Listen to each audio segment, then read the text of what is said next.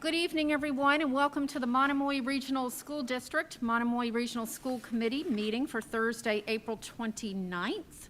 I'm calling the meeting to order at 6:31. We are partially remote this evening. This meeting is being held partially remotely in accordance with the Governor of Massachusetts March 12th, 2020 order, suspending certain provisions of the Open Meeting Law, GLC 30A, Section 20. So we're going to have a roll call to order, starting in the Zoom room with Sharon.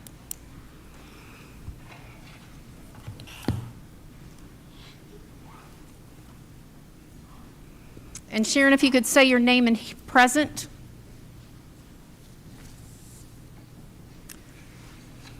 Sharon, can you hear us?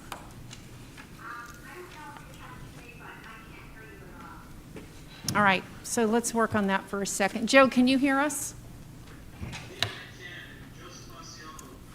Thank you. Sharon, can you say your name and present? All right, we're going to come back to you. Meredith? Meredith Henderson, present. Thank you. Terry? Terry Russell, present. Thank you. Joanne? Joanne Sheehan, present. Tina Games, present. And Sharon, back to you. Perfect. Thank you very much. All right, yes. Okay. So everybody, we're going to pause for just a moment. We're having technical issues, so if you could just be patient. Joe, can you say something? Just hello? Fly me to and let me swing among the stars. Thank you, Joe. That works beautifully. That was lovely. Thank you. Sharon, can you hear us? I can't hear any. I can hear some muffled noise, but no words. That muffled noise might have been me. That I can hear. Okay.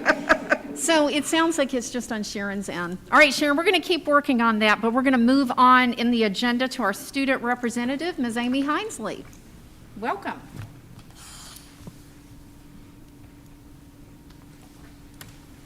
Good evening, everyone. Thank you for having me. As AP tests approach and the school year begins to end, our students have been busier than ever, so I have a lot to report.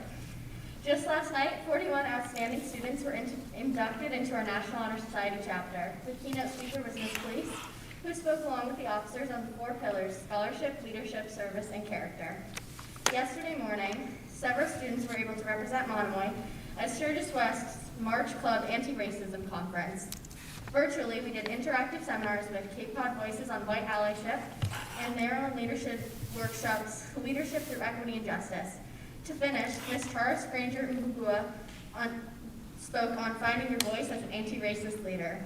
The spring season has kicked off with track and field, softball, baseball, golf, tennis, sailing, and lacrosse.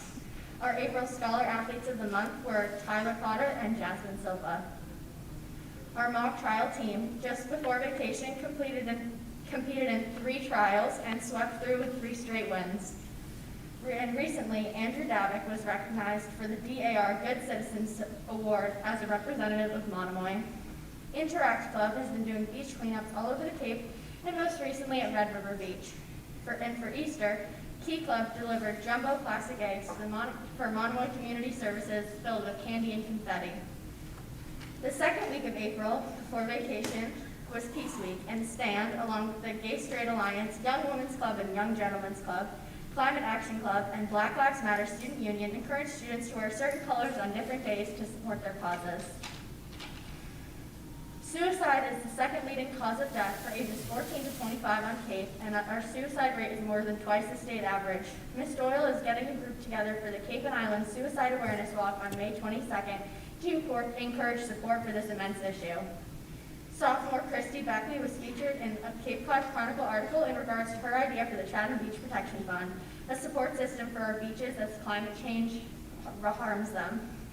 That's all I have for tonight. Thank you so much. Thank you, Amy. Any comments or questions for Amy?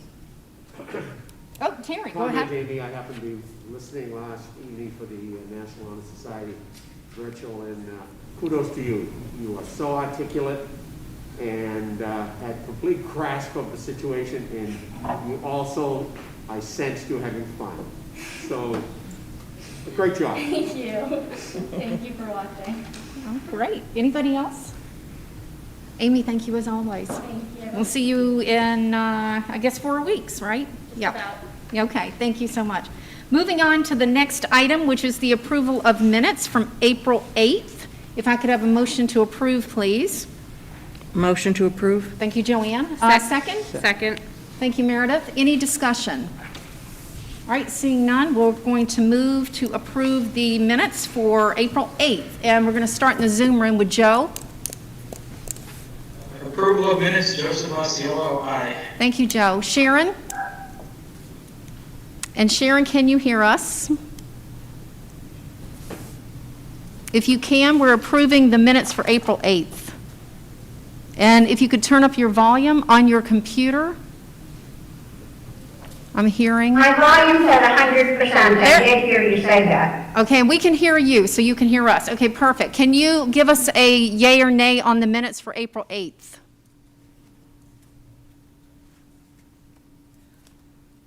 Sharon, it sounds like you still can't hear me, but we can hear you. All right, we're going to come back. Meredith? Meredith Henderson, aye. Thank you. Terry? Terry Russell, aye. Thank you, Joanne. Joanne Sheehan, aye. And Tina Games, aye. And Sharon, can you hear us?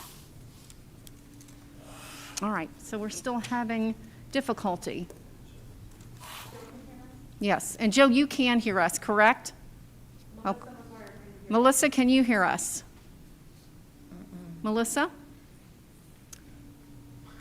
All right, it looks like we have a little bit of difficulty. All right, so we're going to move on, but let's just put... Tina, could I say one thing? Yes, go ahead. When the student was speaking at the podium slowly, I could hear some of it, not everything, but with people there, I can almost hear nothing. Okay. I don't know if that's helpful. So Sharon, can you hear me if I stand here? Sharon? I can hear you saying my name. All right, can you hear me ask for approval of April 8th minutes? Oh, yes, aye. Perfect, thank you. All right, so the minutes will be approved, and we'll move on to public comment. Is there anyone from the public who would like to speak this evening? Anyone in the Zoom room? And if you want to speak, just take yourself off camera. I mean, yeah, off whatever. Yeah, put yourself on camera. All right, seeing none, we're going to move on to the first item, which is Cultivating Change, Grade 4 Kids and Community Project. And I think this is Ms. Maycomber. Welcome, everyone. Hello, I'm Cindy Maycomber, one of the 4th grade teachers in Chatham, and I'm so proud to share with you everything I've taught the kids. Now that would have been a typical introduction years ago where teachers taught the information and the kids gave it right back to me in the form of a test. Today in both elementary schools, the kids are thriving with project-based learning units where students address an essential question. They become the active learners and problem solvers while the teacher facilitates and sometimes gets out of their way, which is exactly what happened with this unit. So I'll introduce myself again. I'm Cindy Maycomber, one of the 4th grade teachers in Chatham, and I am so proud that students share with you the efforts and the passion and the ownership of our unit, Cultivating Change.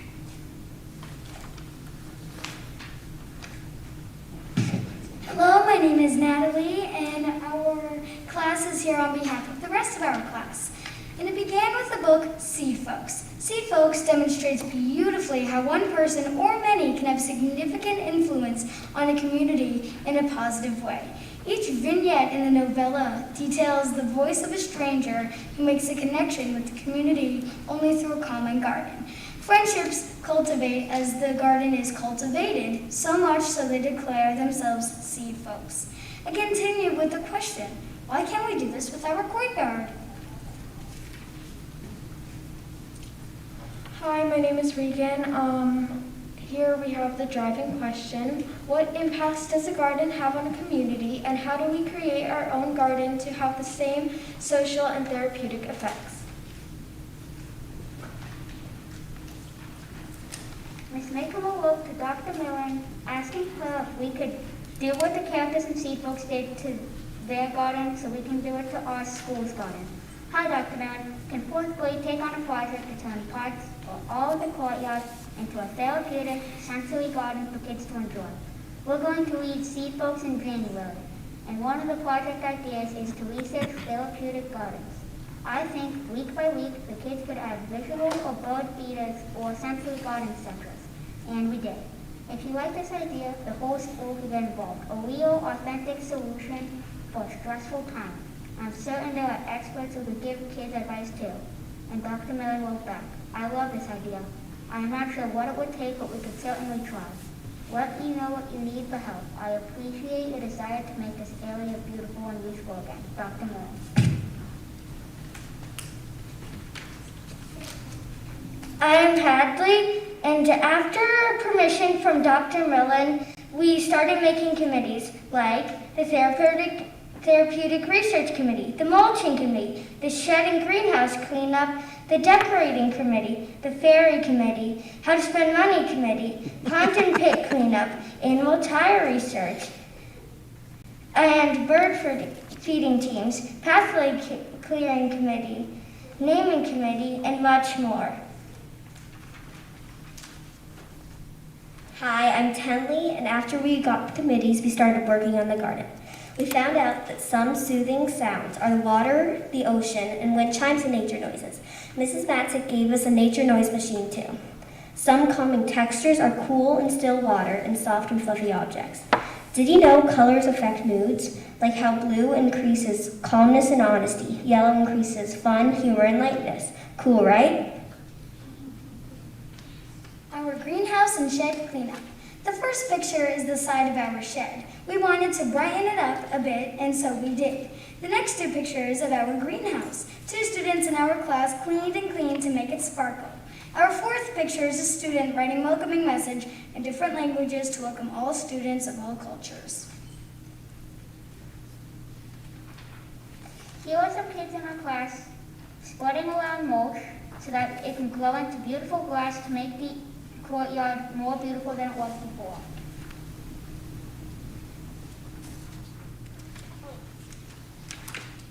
Here we have photos of kids helping with putting fencing in. I helped a little, so we can lead kids to the correct way because the original fencing has broken over the years.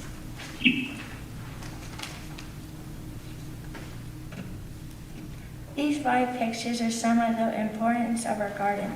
The first picture is before we had a design for our frog. The second one is the design we have right now. The last 3 are our birdhouses that we feed our birds with.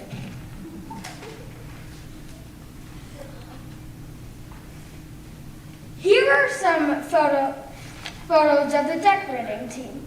We've been painting, putting up ornaments, and more.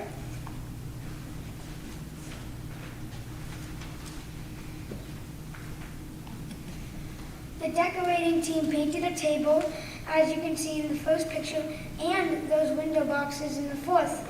We also decorated with cool items we found, like in the second picture.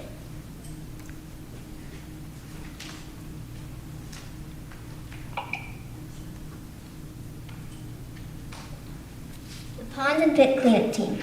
At first we took out water, mud, and leaves that we found in the larger pond.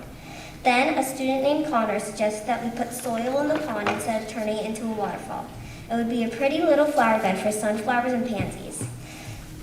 We have enjoyed turning the herb garden and making it into a rock garden too.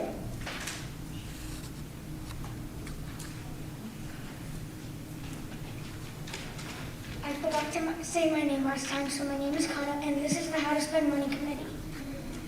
And one student more important than the other. Dear Dr. Miller, we have formed and Dave went to Dr. Miller. Dear Dr. Miller, we have formed a committee about figuring out how we would use the money from the grant, and we want to thank you for it.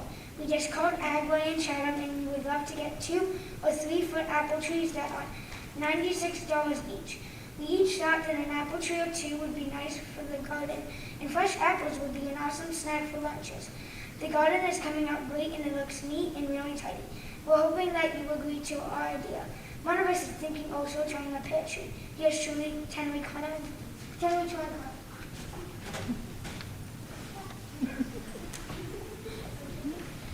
Dr. Millen wrote back, and my name is Troy, and said, Dear Kenley, Troy, and Connor, thank you for the request and persuasive reasons why we should purchase 3 apple trees for the courtyard. I particularly like the idea that we can use the fruit for snacks for the students. Please, she said steps. For an example, please contact Mrs. Caswell and ask her for a request for a purchase order form and create a plan for when and how you will plant the trees when they come in.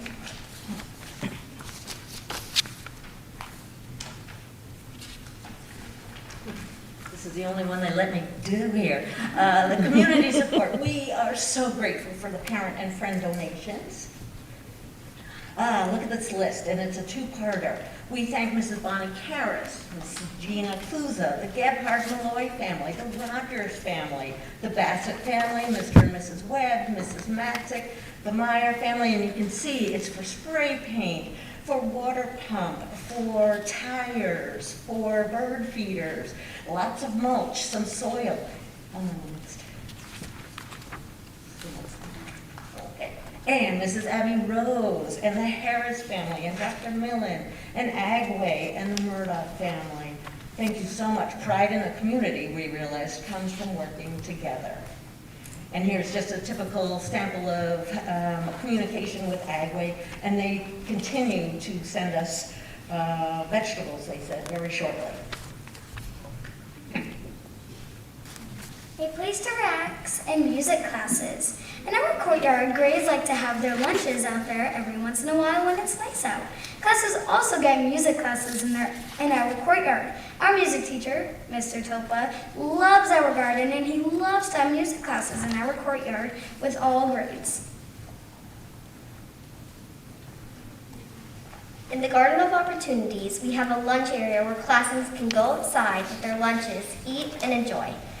We also enjoy having art classes out there, and we have made some pretty cool things in the garden.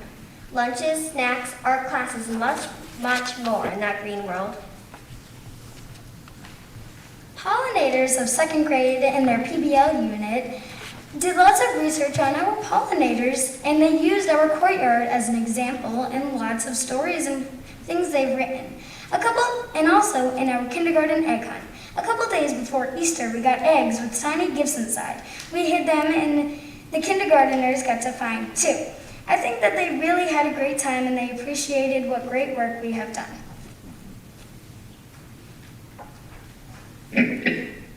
We are planting bulbs, pansies, oregano, cilantro, and basil and tomatoes.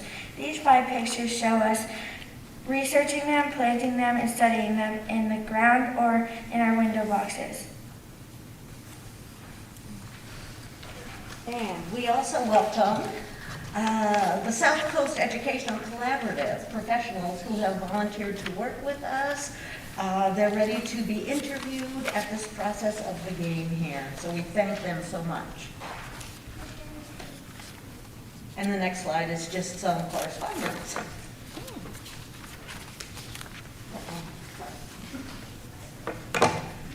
Here was some feedback we got from some of the people that helped out with the garden. A sharp shout out. Thank you again to our 4th graders for all of the courtyard work that you have been doing. Not only are the humans enjoying the area, so are our wildlife, Miss Spainwise. Nice picture of the wildlife alive in our courtyard. Also, my name is Henry.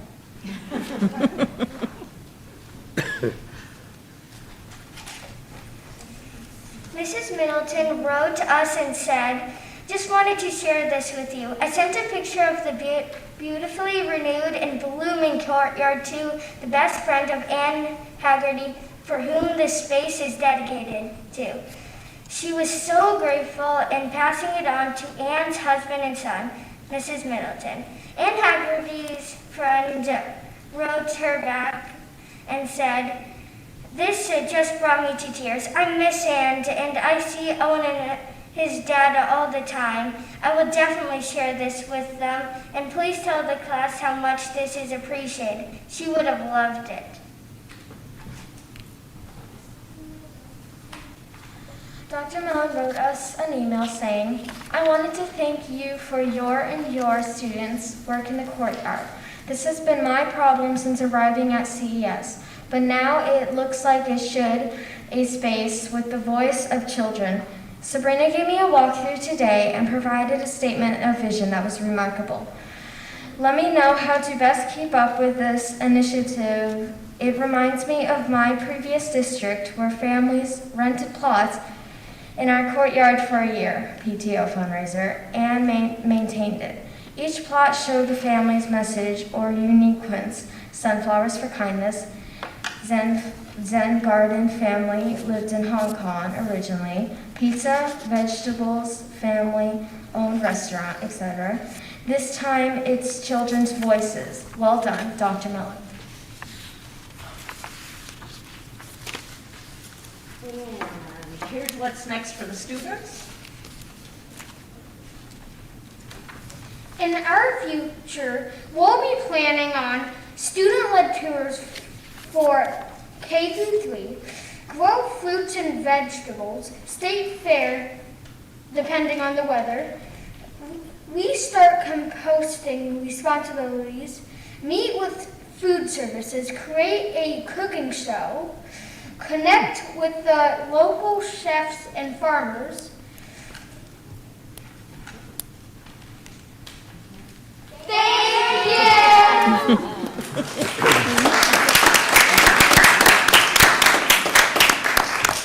Do you have any questions for the kids? Wow, can I first just say, wow, all of you are such fantastic presenters, and I'm like looking at some next leaders here. I'm just like blown away by how well you all presented. Terry, go ahead. Just to echo that, Tina, thank you, kids. I started my comment earlier this evening commending Amy, our senior, about to go on to college, about how articulate and how clear she is in her presentation, not only with us, but other venues she got involved in. I echo that for you third and all fourth graders.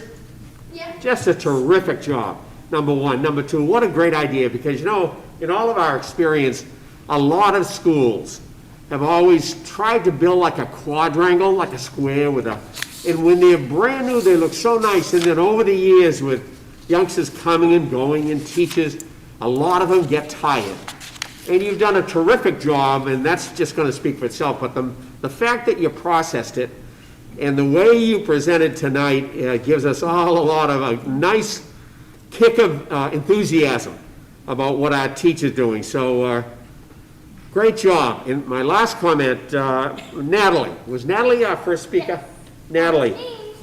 I'm a lot older than you are, and it's the first time in the word business I've ever heard correctly two words put together, vignette and novella. Why, thank you. You're welcome. A lot. Excellent. Wonderful, thank you. Meredith? I echo both Tina and Terry. I think you guys did a fabulous job. I am a teacher, so it's really exciting to see kids so excited about learning and then adding to their community. So congratulations, and I might just have to come and visit your courtyard. Yes, absolutely, we would. Joanne? I'm really impressed with the idea that you had Ms. Maycomer just go to the back of the room.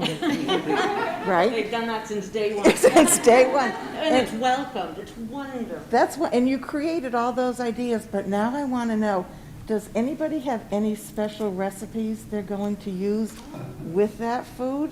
I saw the basil go by and I thought, ooh. Oh, you We do? have somebody. You want to come up to the mic? Come on up. Do you want to come up? I just thought we could make apple pies with apples. Well, there you go, and you've got your apple trees. Well, that's fantastic. Go ahead, come on up. Yep.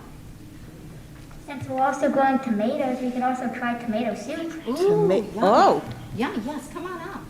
We're also growing basil and cilantro, and maybe we could make caprese salads are my favorite. Maybe we could try those. Oh, that would be fantastic. Anybody else? Caprese salads, that's great too. Go ahead, come on up. Not yet, but I'm sure we'll have them soon. Anybody else? So you're going to invite us to lunch, is that what I'm Yeah, hearing? we're having caprese salad, Yay. we're having apple pie. Yes.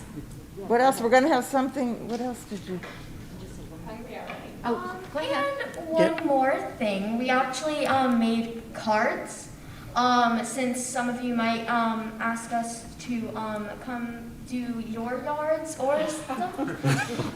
So here are cards. Call us when you're free. Oh, wonderful. Is that in our packet? No, we update it every day. So we have Troy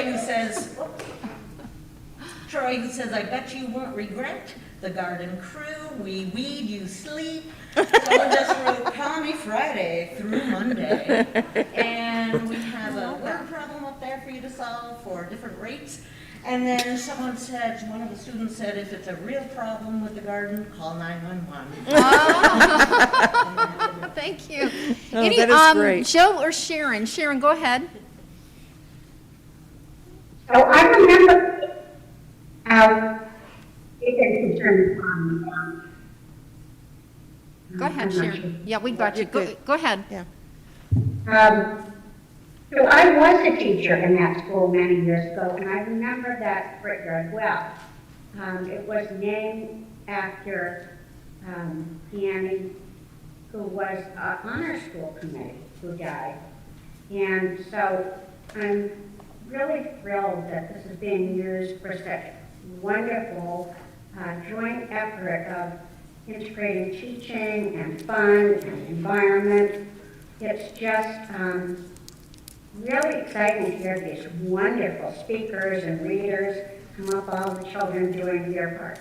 I'm quite familiar with Mrs. Maycumber and how she does this all the time. And I'm very grateful also to Dr. Millen for this. It seems like overall a home run on this project. It's lovely. Thank you. Thank you, Sharon. Joe, did you have anything? Yeah, and again, wonderful job, everybody. You all work so well together, which I think is just wonderful. So thank you very, very much. This was a fantastic presentation and a good project. Thank you for inviting us. Absolutely. And thank you for accepting. Yeah. All right, thank you, everybody. Thank you. Bye, kids.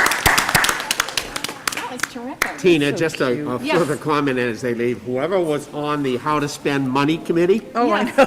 and you mentioned starting early leadership, I thought that's what the role of the school committee was. So How to spend money. these kids are gonna get a head start. Yes, they are. I mean, that was fantastic. Really fantastic. amazing And what the they did. presentation skills, my goodness. Wow. All right. Melissa, you're going to have a big act to follow here. So the next item under reports and discussions, overview of bullying and the bullying prevention and intervention plan. So Melissa, big shoes to follow here. Good evening, Melissa McGuire, Director of Student Services. I'm feeling more than inadequate after the brilliance of their presentation, but I will march forward and hold my head high. So I'm here this evening to do a quick overview of our bullying prevention and intervention and what we're doing in the district in response to bullying prevention. So first, just really quick, bullying is the repeated use by one or more students of a written, verbal, or electronic expression or physical act or gesture or any combination thereof directed at a victim, with a variety of examples here of how bullying would be defined. And this also includes cyberbullying, which is bullying through the use of technology or any electronic communication. And it also has several items in which would qualify for cyberbullying. So what I want to stress is our bullying prevention and intervention plan. We are currently in the process of reviewing it. We have taken steps to ensure that all of the components for the plan are included in our plan for this year that is required to be reviewed and submitted to the state. So the components include leadership, training and professional development, access to resources and services, academic and non-academic activities, procedures for reporting and responding to incidents, collaboration with families, description of the problem resolution system, and relationships to other laws. So there's been significant input this year and increases to what we've included in our plan, which was also given to you in the packet. So what are we doing? Well, first of all, we have a strategic priority that talks about positive culture and climate. We have positive behavior intervention and supports in our elementary schools. We use MARC for our training, which is the Massachusetts Aggression Reduction Center. We have a trained staff in each building, and we also use this as our annual training for all of our staff. We have a robust social emotional learning framework that responds to bullying, and of course, our annual training for staff. And we have curriculum across all of our levels. At our elementary level, we use Second Step at pre-K to 3. Chatham Elementary also uses Peace Education, and we use the MARC curriculum as well. And then we follow up with grades 3 and 4 with BOTFIN life skills. And then right into the middle school, we use BOTFIN life skills, and at the high school. And new this year, in talking with the teachers and the wellness departments, we're going to add in another component of bullying through the National Bullying Prevention Center, which is the PACERS curriculum, which is really nice because it has a parent component, which I'm excited about to share with parents. The other thing that we're doing to support our students is we have a variety of surveys that we administer each year. The first one is our, what we call SELIS, our Social Emotional Learning Indicator System, and that is done twice a year, grades 3 through 12. And that survey uses questions that address the 5 core competencies of social emotional learning, with many of those questions that are tied directly into bullying, culture, and relationships and pieces that we can identify that need additional support. We're also this year doing the Youth Risk Behavior Survey and the Massachusetts Youth Health Survey, which is new for us, which is grades 6 and 7. This year we're moving to the state Youth Risk Behavior Survey because it has far more training opportunities and coaching opportunities of how we can use the data and what we can use for supports. They've moved that to October. Typically it's done in the spring, but they've moved that to October. What we will do this year is what's called the VOCAL. It's the Views of Climate and Learning, and that will be administered following MCAS in grades 4, 5, 8, and 10. And that's developed through the Department of Elementary and Secondary Education. So we'll get the report on those data after MCAS. So we have a variety of ways. Oh, in addition, we do the relationship survey across all of the schools, really asking the question, who do you trust or who do you have that you can trust in your building? So we have a variety of ways that we can get to how students are feeling and perceiving their environment and how we might be able to support them in terms of bullying and relationships. We're required to report to the state each year.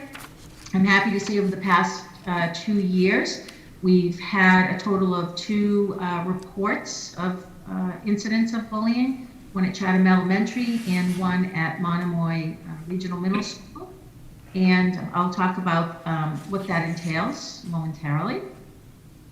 So there are 3 ways that anyone meaning a student, a parent, a community member, anyone who is observing, has directly seen or is directly involved in an incident, they can directly report it to their teacher, to their administrator, to somebody at school. Again, that's anybody who has been part of a bullying incident or has observed one. There's a form on the website that they can download and fill out and submit to the school that goes directly to the principal. We've also created an online report, which several folks have used over the years in terms of being able to fill it out. And it automatically alerts us that there was a report, and we're able to get that information and start the process. So the process includes an investigation for any incident of reporting a bullying situation. So the administrator or designee initiates that investigation. And after the investigation, they make a determination of whether it's been substantiated or if there's a finding, and then they develop a plan. Even if it hasn't been substantiated, they oftentimes develop a plan for if it's two students that are involved, to make sure that they are working together and developing those skills to navigate situations that may have been perceived as bullying. And then finally, the administrator communicates with the parents or guardian. That communication just includes whether or not there was a finding and what the plan was for their child.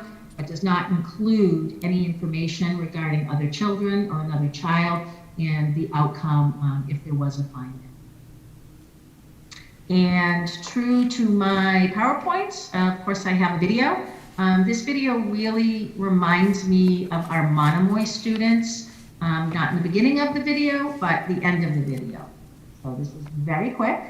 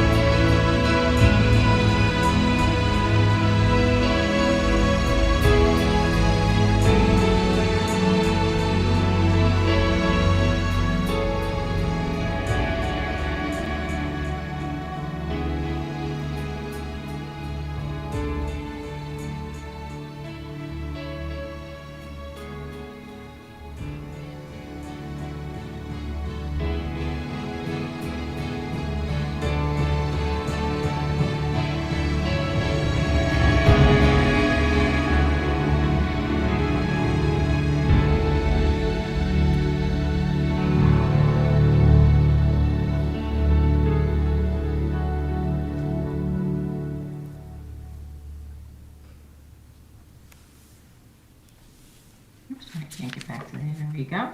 I was heartfelt by that video because I really felt My favorite thing about the Miss end of that video truly represents our students and standing up, see something, say something, and standing up for their peers. So it hit my heart on that one. So the action plan that we've put in place through the policy subcommittee, they've reviewed the policy on 2 occasions, March 1st and 8th, and created a timeline. The policy was sent to all staff members, parents, guardians, and community members for public comment. A public hearing was held on April 5th. Here we are this evening doing an overview. And then May 3rd, the policy subcommittee will meet to review a final revision of the policy for submission for first reading, hopefully with a tentative first reading for May 13th and a second reading, went too fast there, for May 27th, and then we will submit it to the state. So there's my brief overview of bullying prevention and intervention, and happy to take any questions. Thank you, Melissa. Very colorful presentation. Great video as always. Any comments or questions for Melissa? Anybody in the Zoom room? Joe, go ahead.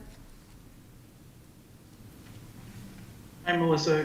Glad to see you again, even at a distance. and thank you for your presentation.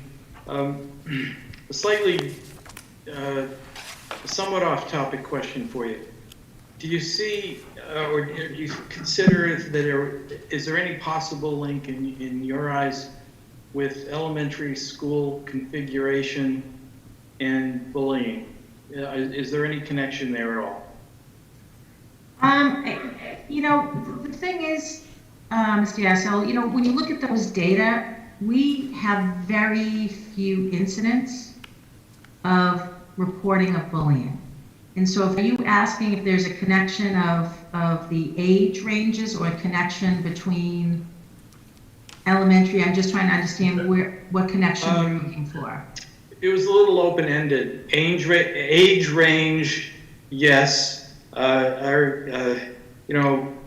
When my grandson entered first grade, the story was that the fourth graders were going to punch them on the first day of school. And his junior high older brother and his older brother's friends all told them that. So there was this sense of, the first graders were really scared about the tough fourth graders and things like that. So that was part of it. I went to a Catholic school, grade 1 to 8, and clearly 8th graders felt felt they could throw their weight around a little bit in reference to the younger kids. So that was part of it. But we're also looking in Chatham at what's the best configuration for elementary schools. That takes up a variety of topics, but one of them I thought might be related to the report you're giving us today. So my effort to explain might only have confused the situation more, in which case my apologies. No, actually, it's a great question, because it's a question that does come up with a concern, especially with new parents coming in with their youngsters and riding the bus. And, I'm not going to say that sometimes that's where a younger kiddo might hear a word that might not be the most appropriate word for them to learn at their age. But I have to say, I would have agreed with you probably, 10 years ago. But in the past 5 years, the strength and the robust social emotional learning that is happening and integrated has really supported, those relationship skills and those social skills. And, I think what I see is the older students truly are peers. And you have those beautiful connections where, older students are going into the younger classes and they're reading and they're learning really about what is a positive relationship. So I don't think, in this day, might be here or there, but I think the strength is the social emotional learning that's really helping to facilitate or mitigate, some of those concerns that one might have. All right, thank you. Sharon, go ahead. Yes, I'm familiar with bullying mostly being at the same grade levels, but I was wondering, Melissa, if that video, which I thought was excellent, or something similar was shown to any of the grade levels, because the biggest point in what I'm familiar with on bullying has to do with not being alone. When, like in that video, other kids join and bystanders, instead of like some of these things on the news that we see where they stand away, when bystanders get involved with this, somebody calling names or whatever it is, and they're supportive, it completely diffuses it. That video is very representational of what really happens. And I'm just wondering, because videos do, that even made me emotional watching that. Yeah, again, I shared it because it gave me a sense of what Monomoy is, what our students are in terms of supporting each other, and I think you see more of that. And I do think these are certainly, great videos, and the curriculum, the basic curriculum that they're going to be using, has videos, but it also has parent support so that parents are seeing what kids are seeing and can talk about that at home. So I agree. I just felt it it represented us more than, you know, you might think it does. So that's why I showed it. Thank you, Sharon. Anybody else? Meredith? Melissa, I just had one quick question. I'm very happy to see that only 2 incidents were reported to the state over the last 2 years in our whole district. But does it mean that those 2 were like very severe cases, or so I'm happily surprised that there's only 2, but does it get to a certain degree before it gets reported to the state? Does that make sense? No, any incident that is reported has to be investigated, and regardless of findings. So, you know, I mean, I obviously I can't share the, you know, reports, but regardless of finding, there may have been no finding, and it still needs to be submitted to the state. So anytime, so a person doesn't actually even have to fill out the form. You know, somebody could email the principal and, you know, share a concern that they feel that, you know, perhaps their child is being bullied. That automatically initiates an investigation. So the level of reporting happens no matter what. So what might not happen is somebody will have a conversation with the principal. It might not say that this is bullying, but there might be some conflict. So conflict doesn't necessarily rise to the need for a bullying investigation. It's, you know, really working with the parents and the students for conflict resolution and really developing those skills, but does not rise to somebody saying, I think my child's being bullied. So there's a difference, okay, in terms of how somebody or a parent is expressing their concern for their child, whether they have very specific information that, you know, really indicates that it's a bullying incident, or whether it's a conflict incident. That's why I put that picture up there in the beginning of the definition with the cat and the dog. Is it bullying or is it conflict? So no, it doesn't necessarily mean that it was a significant incident. It was just, those were the 2 incidents, one last year, one this year, that were actually reported. Does that make sense? It does. It does. Thank you. Yeah, Terry, go ahead. Good job, Melissa. I share Meredith's formerly being in the business, that I wonder if, and it's got to be this social emotional curriculum over the past 3 or 4 or 5 years that have made a serious dent into it, because if not, I have to say that our kids, a couple of thousand kids or so, a lot of them either don't know our definition of bullying or they're not reporting. And life goes on each day, and the only real valid reporter might be a mom and a dad when child 2 comes home at dinner and said, this happened. And no news is still awful good news. So I only question whether or not, because that's an amazing number with 4 schools having several hundred kids in it 5 hours a day or more. So it speaks to a lot of potentially good news. So Thank you, Terry. And I'm glad that this question came up, because it was something I was going to ask, because it's a very low number, and we're happy to see it. And I'm glad you clarified that, Melissa, the difference with conflict and bullying. So I think that might be, I think we're stunned, happily stunned. But yeah, so I'm glad you explained that. I did have one kind of comment, maybe rolling it into a question with the curriculum.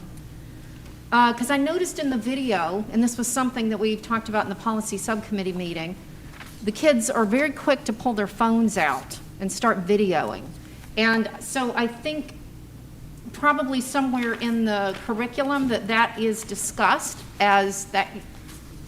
I mean, can you touch on that a little bit? Because it's so common these days for everybody to start filming, and I was just watching the video and struck by, that was everybody's first instinct, was to pull up and start videoing. Sure, and though, you know, that's covered through the digital citizenship. So that's a topic that is discussed, you know, across the grade levels in terms of those pieces. You know, most of what we have seen with that is more outside of school. and not so much inside the school, because there's really nice expectations in school and, you know, rules for phone use, or no phone use, whatever the case may be. So we have seen more of that outside, and in the policy, of course, there's a whole connection to other legal support that, you know, you have to rely on for those pieces, and that doesn't become a report within the school. So, you know, so that is covered through digital citizenship across the grade levels. Okay, thank you for that, because I know it's helpful sometimes to have the video as evidence, and at the same time, it can be used as cyberbullying. So I appreciate that clarification, so thank you. Anybody else?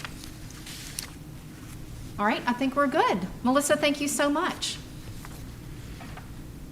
All right, moving on to the next item. What is the best configuration of Monomoy's elementary schools for student learning? And this does come with an administrative team recommendation. So, Dr. Carpenter. Hi, thank you. I want to sort of do a little prologue on the front end of this presentation, and I'll do a bit of an epilogue at the end to sort of kick off the prologue. One of my distinguished colleagues, Mr. Smith, likes to go and say, hey, we need to be, you know, hard on ideas, soft on people. And earlier this week, he was coming in my office, and he's like, okay, so what question are we trying to solve? Like, what's the problem that we're trying to solve here? And it wasn't related to this, but I think that question that he was asking stuck in my mind, because I think as we go into this presentation, what I encourage everybody to think about and keep in mind is, what are the problems that we, as an administration and school committee, have been talking about over the past year plus, and you know, and do they need to be fixed? And I think some may agree or disagree to whether they need to be fixed. But the two problems that we've been talking about are, first, inequity and how the Monomoy's assessment is impacting our two towns, particularly at the elementary level, where we're seeing an inequity there, where, you know, Harwich seems to be, you know, and I just wrote a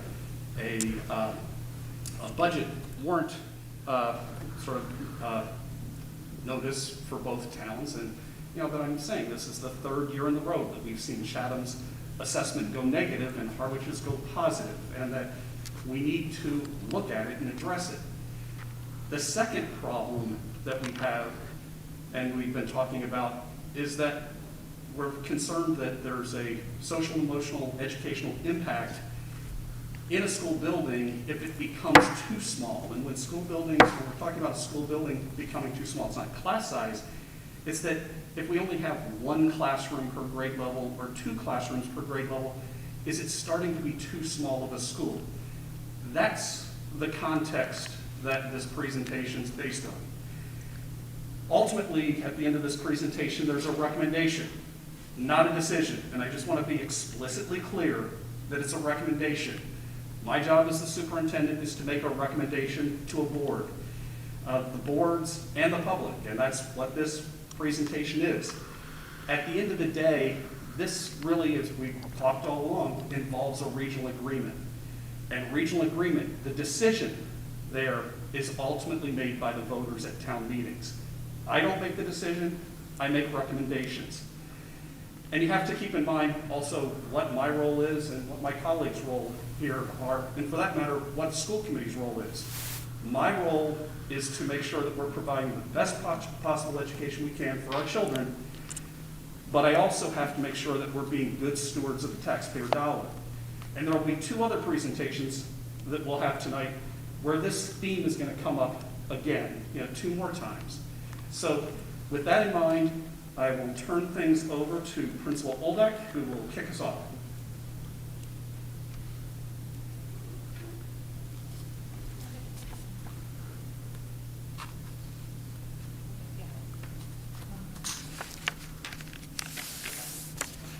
Good evening, I'm Mary Oldak. I'm a very proud principal of Harwich Elementary School. And tonight, we're going to be talking about our recommendation for future Monomoy elementary schools. And I may have played a role in suggesting that we develop some type of a guiding question to focus our discussions on student learning. And at the March 25th school committee meeting, the committee did coalesce around the guiding question of what is the best configuration of Monomoy's elementary schools for student learning. And we've also had our superintendent be asked by the school committee and also by members of the Board of Selectmen in both towns that our elementary administrative team come up with a recommendation of what we think is best for student learning in the future of the configuration of our schools. But it's very important that people understand that this is not just the four of us or the three of us in our recommendation.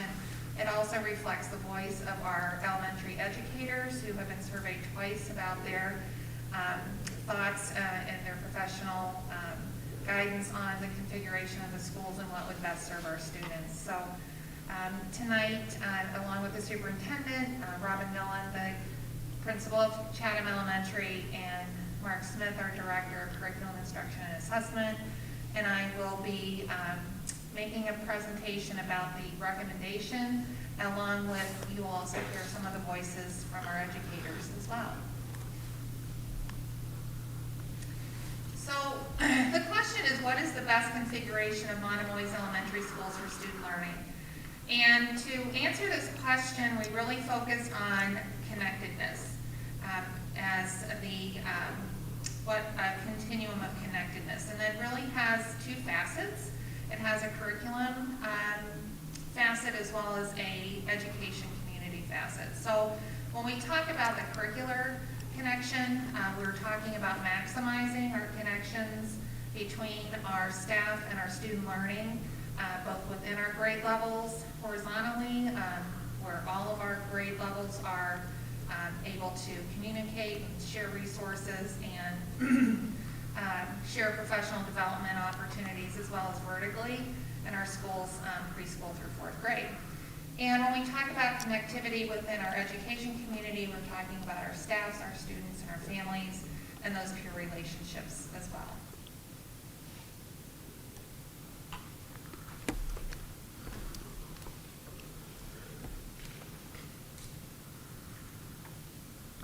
Hi, I'm Robin Millen, principal of Chatham Elementary School, and we're going to talk now about why the connectedness matters.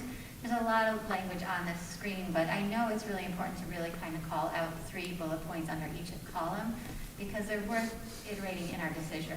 Like we've been talking about this, and in a little while you'll hear from our educators, but you also hear some of the anecdotes from us that we've experienced over the years. So connectedness with the curriculum for an educational community is ideally that high-quality curriculum provides connections across disciplines. So when we look from year to year, or year from 4th grade into 5th grade, or 7th grade into 8th grade, we want that connectedness between the disciplines and grade levels in the schools.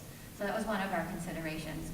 Providing the students with common experiences regarding the teacher, the site, the school, it shouldn't matter, they should have common experiences. And again, that helps when those transition years come, and I'll explain about that in a minute.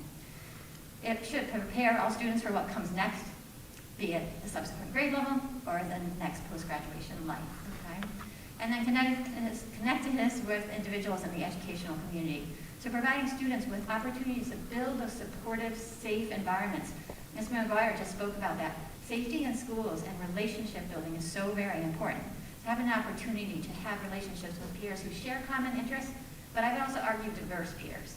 You need the diversity within your systems in order to come up with ideas like those 4th graders came up. Coming up with a therapeutic garden for all students requires a diversity. Provides educators with the ability to support each other, to collaborate and share those effective lessons and practices, and also gives parents and caregivers a wider access. So the support group not only... Sorry. Oh, they're giving me a new mic. Thank you. Yep, no problem. Do you want me to hold it? Okay.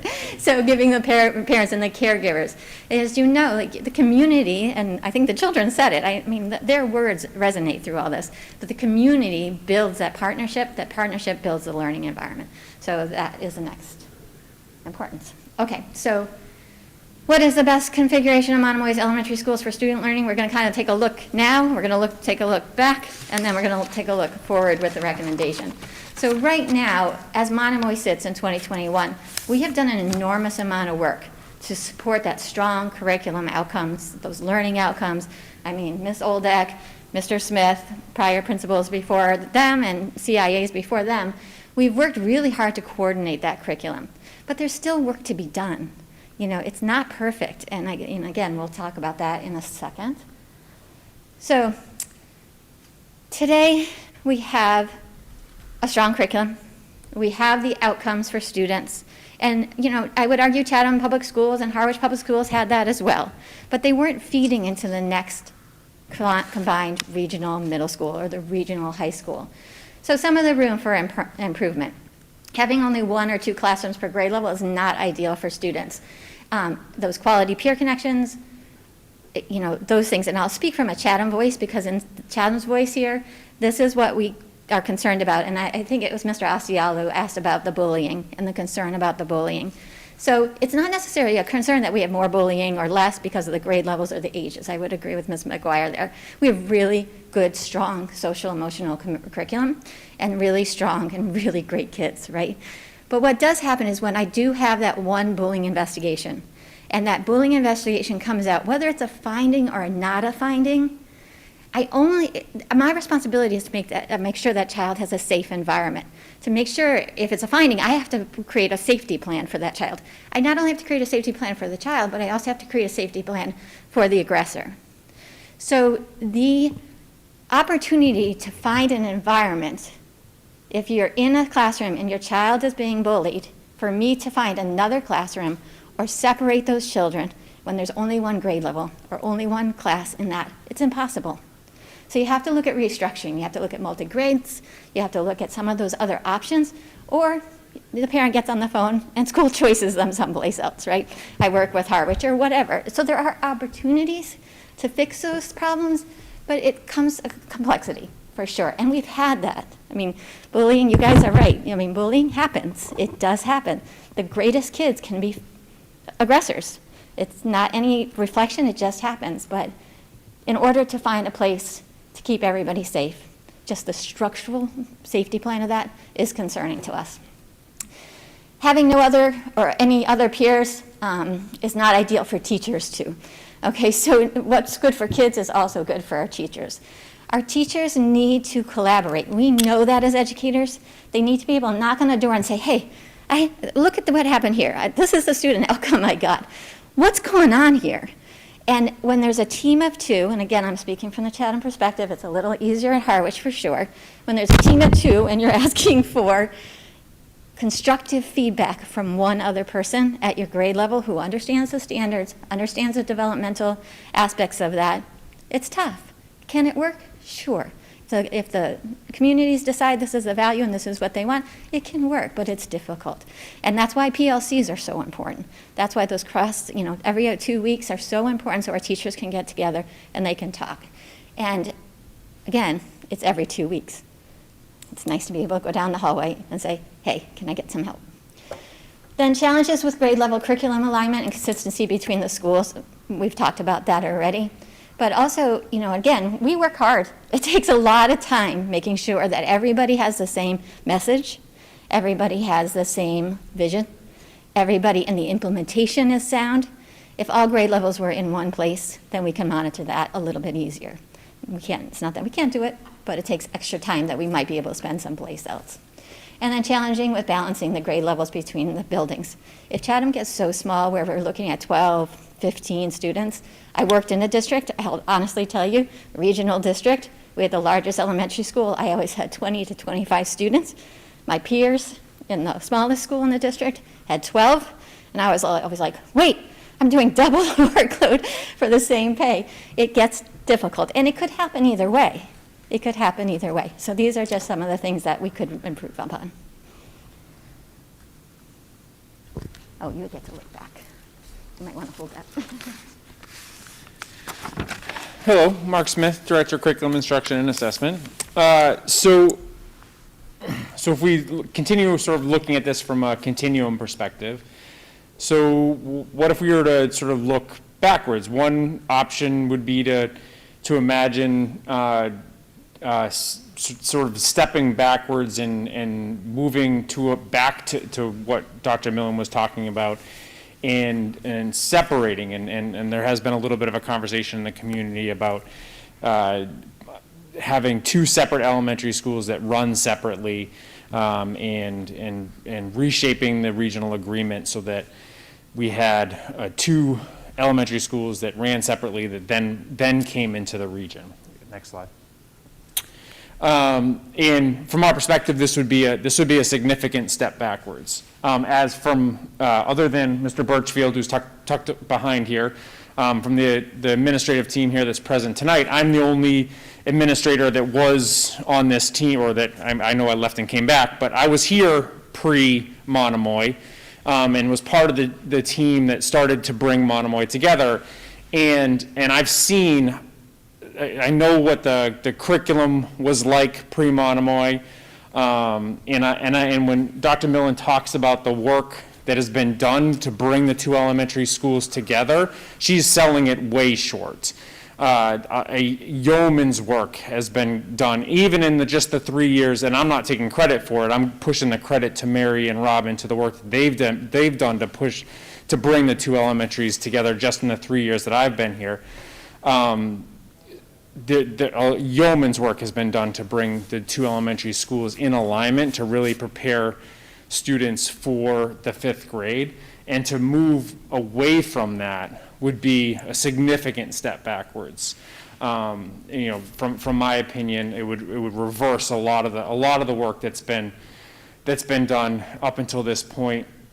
As it notes there, obviously would require, and just about everything we're about to talk about would require going into the regional agreement. But strictly from a pedagogical standpoint, from a curriculum standpoint, this would be a significant step backwards. And especially as we continue to think about us as a region, and about how we prepare students best for a unified 5 through 12 experience, it would undo so much great work that's been done up until this point. Next slide, please. So then if we move past where we are now. So one possibility that's been discussed a little bit is, okay, so what if we were to redistrict a little bit to try to stabilize enrollment? Next slide, please.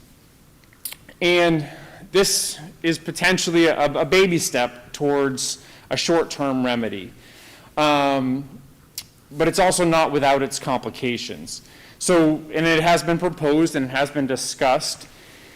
And the sort of idea is, well, if we were to sort of grab essentially a busload worth of students from some portion of Harwich and bring them into Chatham Elementary School, that would help balance into Chatham Elementary School, that would help balance the need for students in Chatham Elementary School.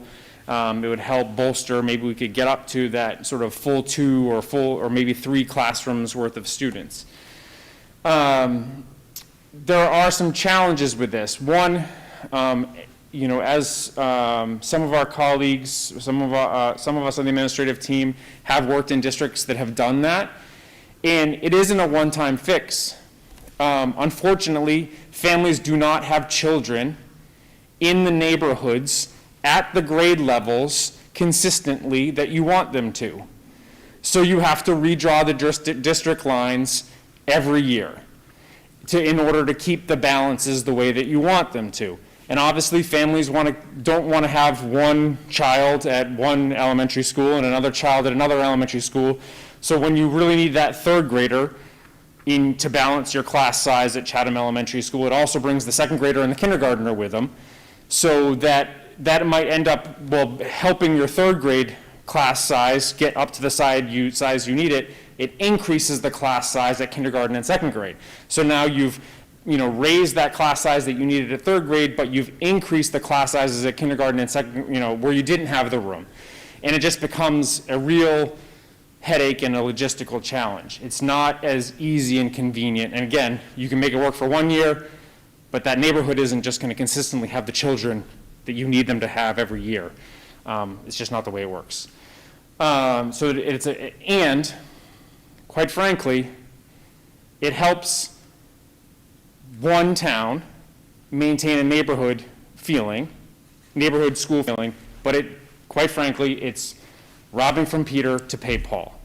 It is disadvantaging Harwich families and inconveniencing Harwich families, and to allow Chatham families to not be disadvantaged and not have to be, Chatham families do not have to be inconvenienced, which is it is what it is. It is that thing. It is robbing from Peter to pay Paul. And again, doesn't necessarily help us.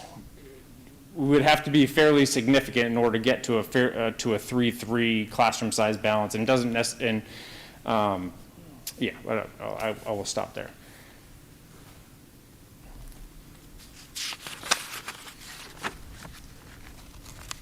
Thank you, Mark. I just wanted to add on with what Mark was saying about the redrawing of the lines every year. I have lived through that myself, and it's true. And you can live next door to a family whose kids go to one school, and that line can be 2 doors or 3 doors or the street over next the following year. It's definitely a moving target every year. As we think about neighborhood or town-based schools, one thing that's very interesting is just the geography of it. Most of our families on the Cape or even in this country don't live within walking distance or a bike ride to their neighborhood school. And it's very interesting to note that South Chatham is actually closer to Harwich Elementary School than Chatham Elementary School, just as East Harwich is closer to Chatham Elementary School than to Harwich Elementary School. So when we just talk about proximity and neighborhood, the neighborhood idea, the geography really plays into just the closeness of that, and it does cross town lines. What is the best configuration of Monomoy's elementary schools for student learning? The upper and lower elementary model is the model that our elementary administrative team is recommending. This does bring together the connectedness that we're seeking for both our staff and our curriculum connections, as well for our students and their social and peer connections in the school. It would bring together our grade levels in a lower school, which we're thinking might be pre-K to 2, and 3 and 4 at the higher level school. And to also add on to Robin's comments about the ability of our staff to connect. I'll just share the very real world example of you take our kindergarten teams. I have 5 kindergarten sections at Harwich Elementary. Those teachers have a common prep every day. They have CLT once a week, and they have PLC every other week with the 1 kindergarten teacher from Chatham. So it's, just think about that amount of collaborative time should they all be under one roof together. So we really see this as a giant step forward for our district to form the lower and upper elementary schools. It really does provide a long-term solution that helps keep the elementary schools in both of our towns. It brings our grade level students together for those social dynamics that we've been talking about, the expanded peer group, the diversity, and the ability to form social connections and create environments that are best for students. It brings together all of our grade level educators under one roof so that they do have all of that collaborative time together. And that's just clearly more efficient in terms of how we provide our special education services and our other related services for our students. We also have improved flexibility for how we're configuring our classes, how we're equalizing our class size. Small schools really can't withstand a swing in enrollment as well as a larger school can when you have 5 or 6 or 7 sections and you have a change of 10 kids. It's quite different when you only have 1 classroom or 2. This model would also require a change to the regional agreement. So as we look at the prevalence of lower and upper elementary schools in southeastern Massachusetts, we went all the way from Duxbury up to the tip of P-Town. And they do exist and they're quite prevalent. And what's highlighted in blue are the towns and the school districts that do have some sort of a lower and upper elementary configuration. So the grade span of those lower schools can be anywhere from pre-K to 2, which we see in Brewster, Mashpee, Bourne, Sandwich, Wareham, Kingston, and Duxbury. The K to 3 models, which we see in our neighbors at DY, Mattapoisett, and Lakeville. And then some school districts, I think they tend to be the larger school districts, do have early childhood centers as well, where you just have your preschools and your kindergartens together, for example. And those are towns like Plymouth and Barnstable. What's really interesting is, as we looked at these upper and lower configurations, is we were very strapped to find examples of an upper and lower elementary within a regional district. And there is one regional district, Quabbin Regional District out in Western Mass, that does have an upper and lower elementary within a regional district, but the interesting thing is it only impacts the students in 2 of those towns. So the children who are in New Braintree and Oakham actually go to pre-K through 1st grade in New Braintree, and then they attend a school in Oakham, which is grades 2 to 5. So that is one example in a regional district having upper and lower. It's also interesting to note that these, the towns where we have the pre-K and the 2 and the lower elementary structure, if we adopted that here in Monomoy, we would really be on the leading edge of how regional districts handle these concerns for student learning. Okay.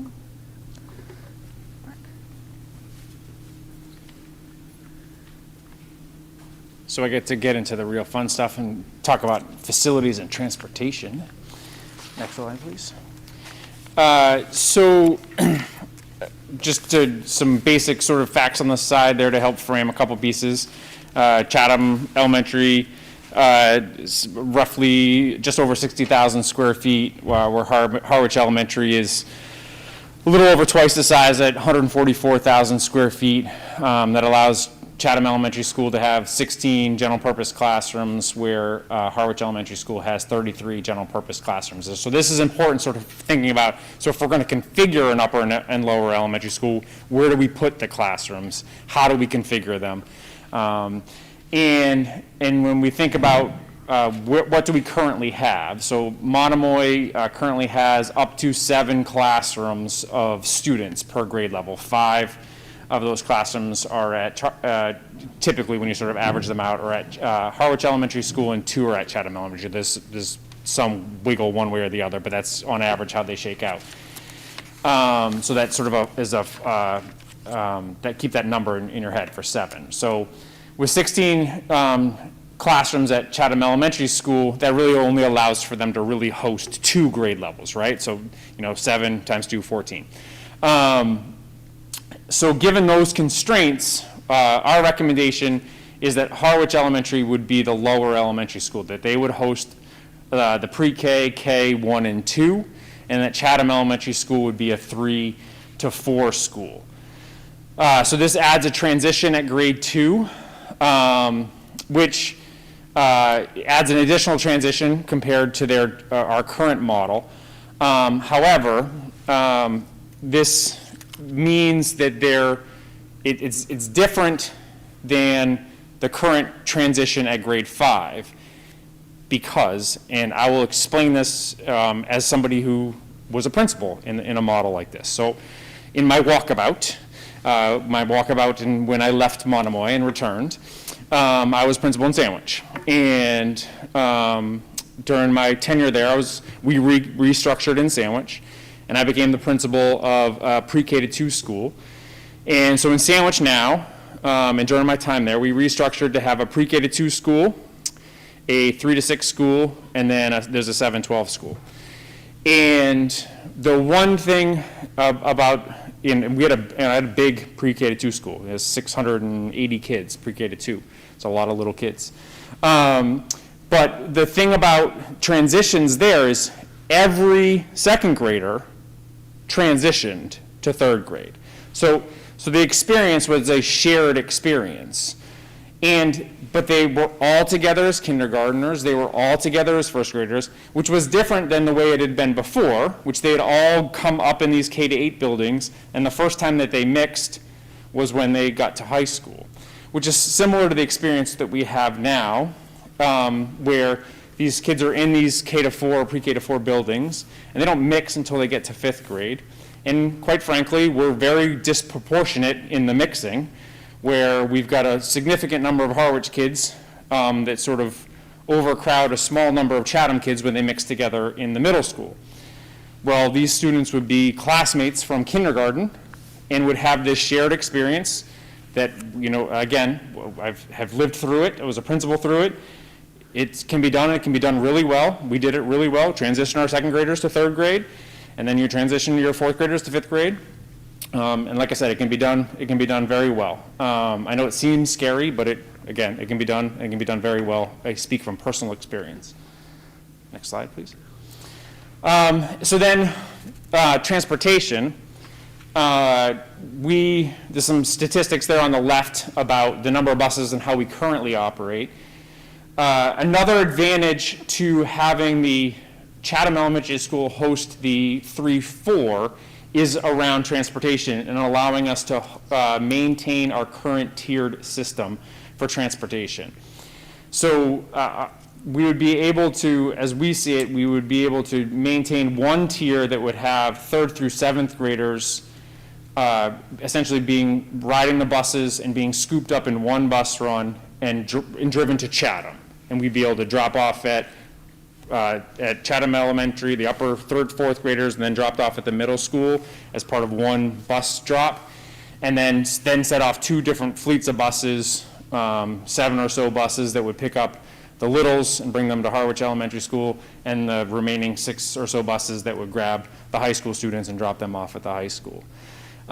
If we flip-flop it, because yes, I think the next slide shows that we can fit the other way around. We could do a pre-K to 2 at Chatham Elementary School, but it maxes that school out.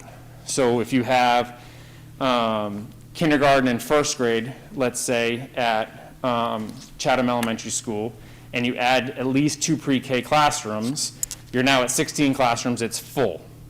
If you get any enrollment spike, you've got nowhere to put an extra classroom. And we have to do something with our busing, because we can't do it with 2 tiers. So now you're looking at adding a 3rd tier, which means essentially for us, we don't have to likely add any buses, but we have to keep our bus drivers for a whole nother run, which is 30% more cost, which is roughly an additional $300,000. And you can imagine that escalates annually with costs and their costs, right? Because they get annually escalating costs. And that's an additional sort of piece for families with kids in multiple schools, right? So now instead of 2 times that my kids are out the door, now if I've got kids in 3 schools, that's 3 different times the kids are out the door. So it's just another sort of consideration to if we were to, it's possible, but that would not be our recommendation. Our recommendation would be the way we proposed it, which would be HES would be the lower school, Chatham would be the upper school, which would allow us to stay on a 2-tier system.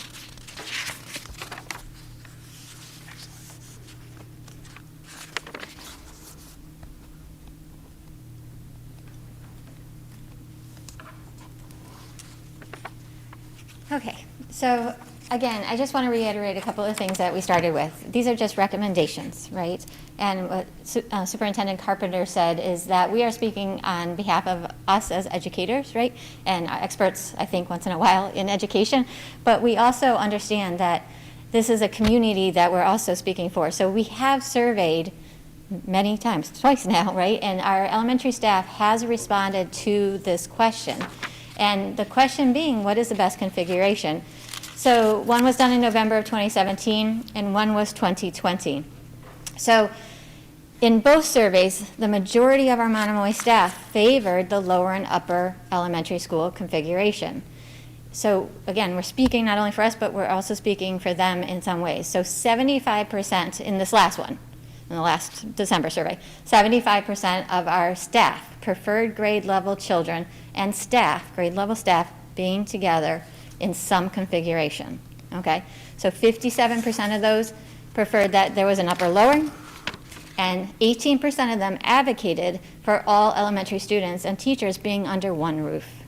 Okay, so we're talking for 75%. So we do have teachers' words here to present to you, but again, I want to preface, teachers are educators. Wherever the bus opens up and lets out children, we're going to educate them. You know, it's a decision that this community has to make, but when you hear the teachers' words, you're going to hear not only from an educator's view, but you're also going to hear their families in our districts. They have children in our district. They have children that have gone through this district, so you're going to hear some of their voices now.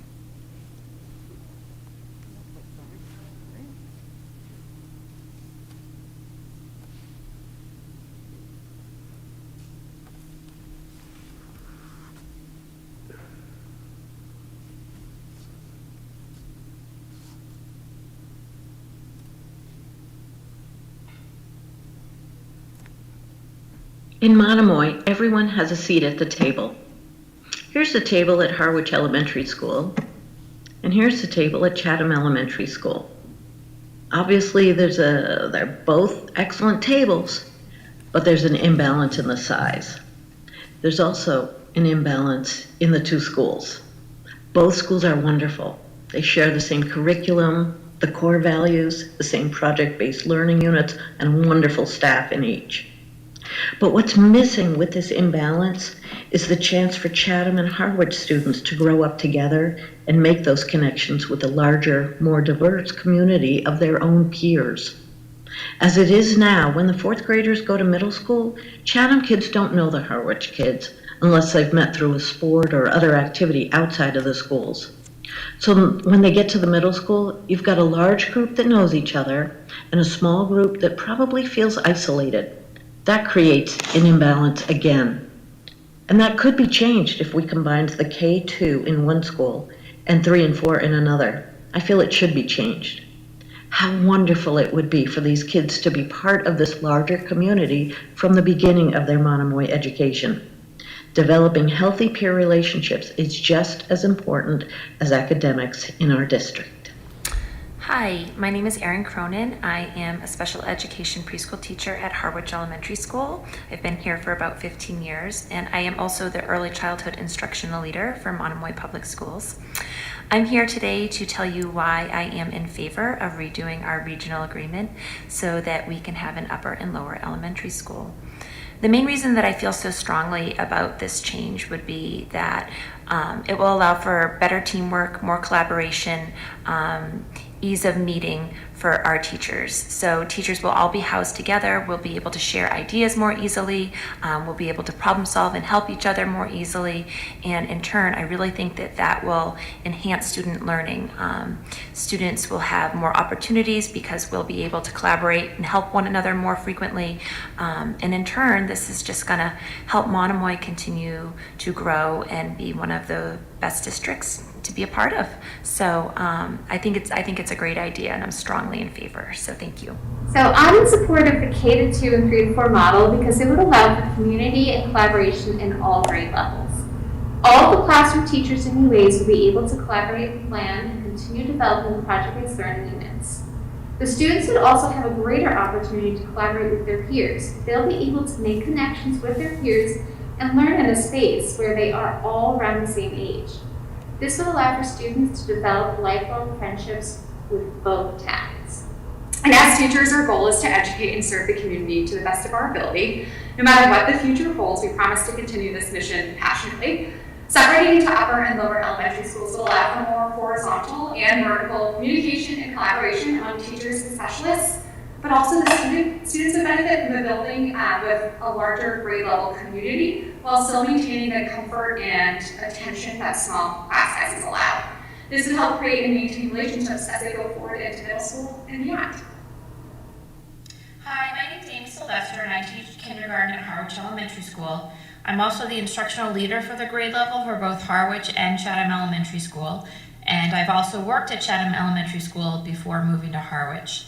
I live in Chatham and I'm a taxpayer, and both of my daughters attended Chatham Elementary School. So I have multiple perspectives on the reconfiguration of the elementary schools.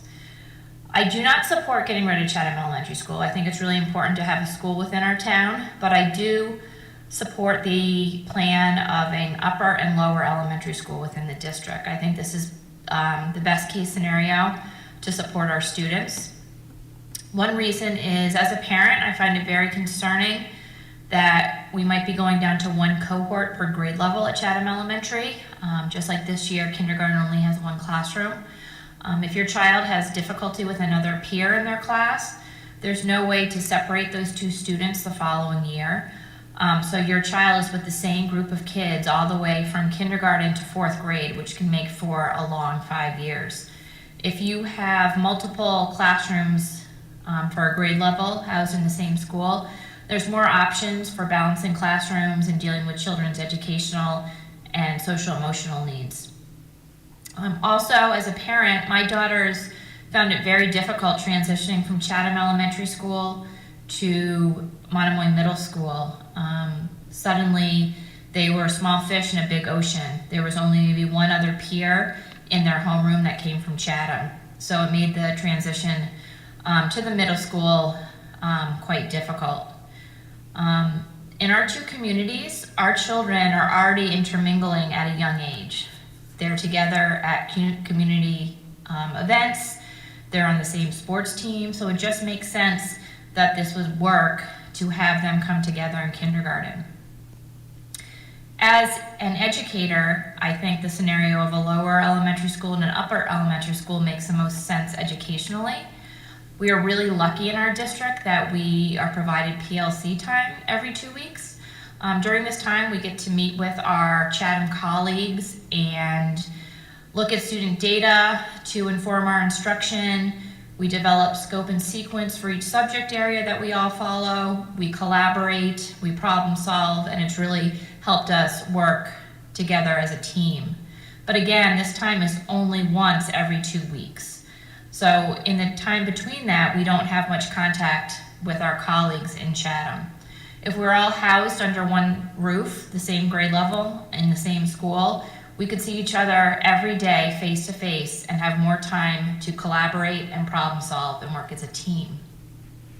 So I think the best scenario for Monomoy schools, both educationally and social emotionally, is to move towards the lower elementary school and upper elementary school.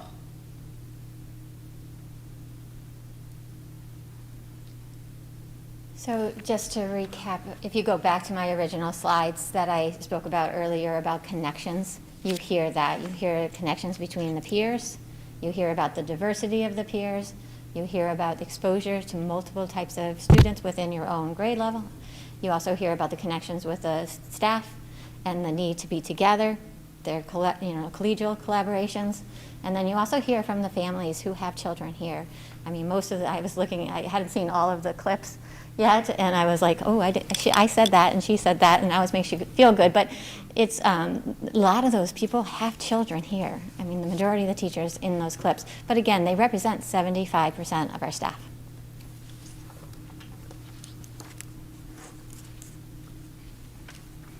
I think before I close this out, I just want to make one comment. And I really appreciate Cindy and Taryn and Catherine and Aaron and Amy, chiming in here, because it takes a lot of guts. I know this is a controversial recommendation, and it's like I know my job is to kind of take the slings and arrows sometimes for controversial recommendations, be it start time or you name it. But they want it to step up, and they felt they felt very passionate about this. And, and they're speaking on behalf of the majority of the staff. Now, there are members in our community who feel very differently. I understand that we have members of our staff that feel very differently, but I really appreciate the courage it took for them to go send me a video and say, hey, we'd like to go and have our voice at the school committee meeting. The other thing I'd like to just encourage us all to, some may be going in heart palpitations with a recommendation, but I'd encourage us to take a deep breath and think about this for a second. I think, Mr. Smith, was mentioning that, that Sandwich, where he was, has an upper and lower system. Bourne has an upper and lower system. Wareham has an upper and lower system. And the thing we can't lose sight of is that each of those three towns are much bigger than Harwich and Chatham combined.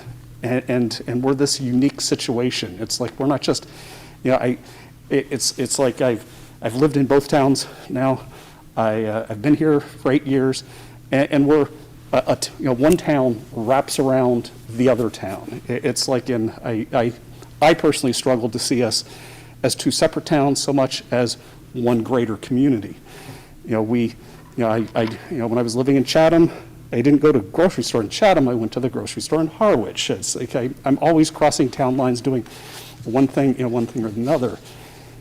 And I do think if we can step back and think of this as a community thing that we want to solve and come up with the best possible education, much the same way as Bourne did and Sandwich and Wareham. Even in Bourne, the upper and lowers are actually on two different sides of the canal, given that that community. So this is a possibility if we can think big. The last little thing I want to talk about is not thinking big so much, or actually maybe thinking really big, but thinking into the future. Because in this, there is a possibility out there into the future to go and maximize connections and collaboration and consistency by bringing all of our children and all of our educators under one roof. So again, these are future possibilities, long-range vision.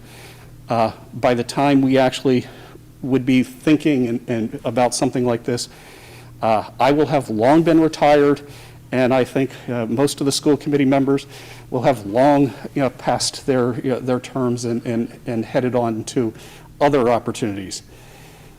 But if we do think of the possibilities of bringing everybody under one roof, we can have all of that community together. But again, it involves changing in a regional agreement, and it also requires potentially a lot of fiscal support from our towns.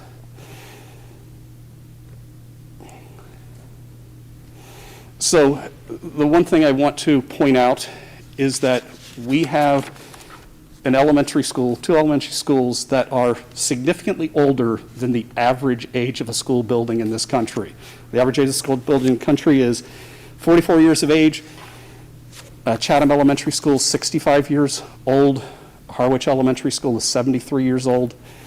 And the one thing I've been very proud of as superintendent is those buildings are in better shape than we came together as a school district. And Rick Travers and the custodial crew that we have been doing an excellent job of maintaining those buildings.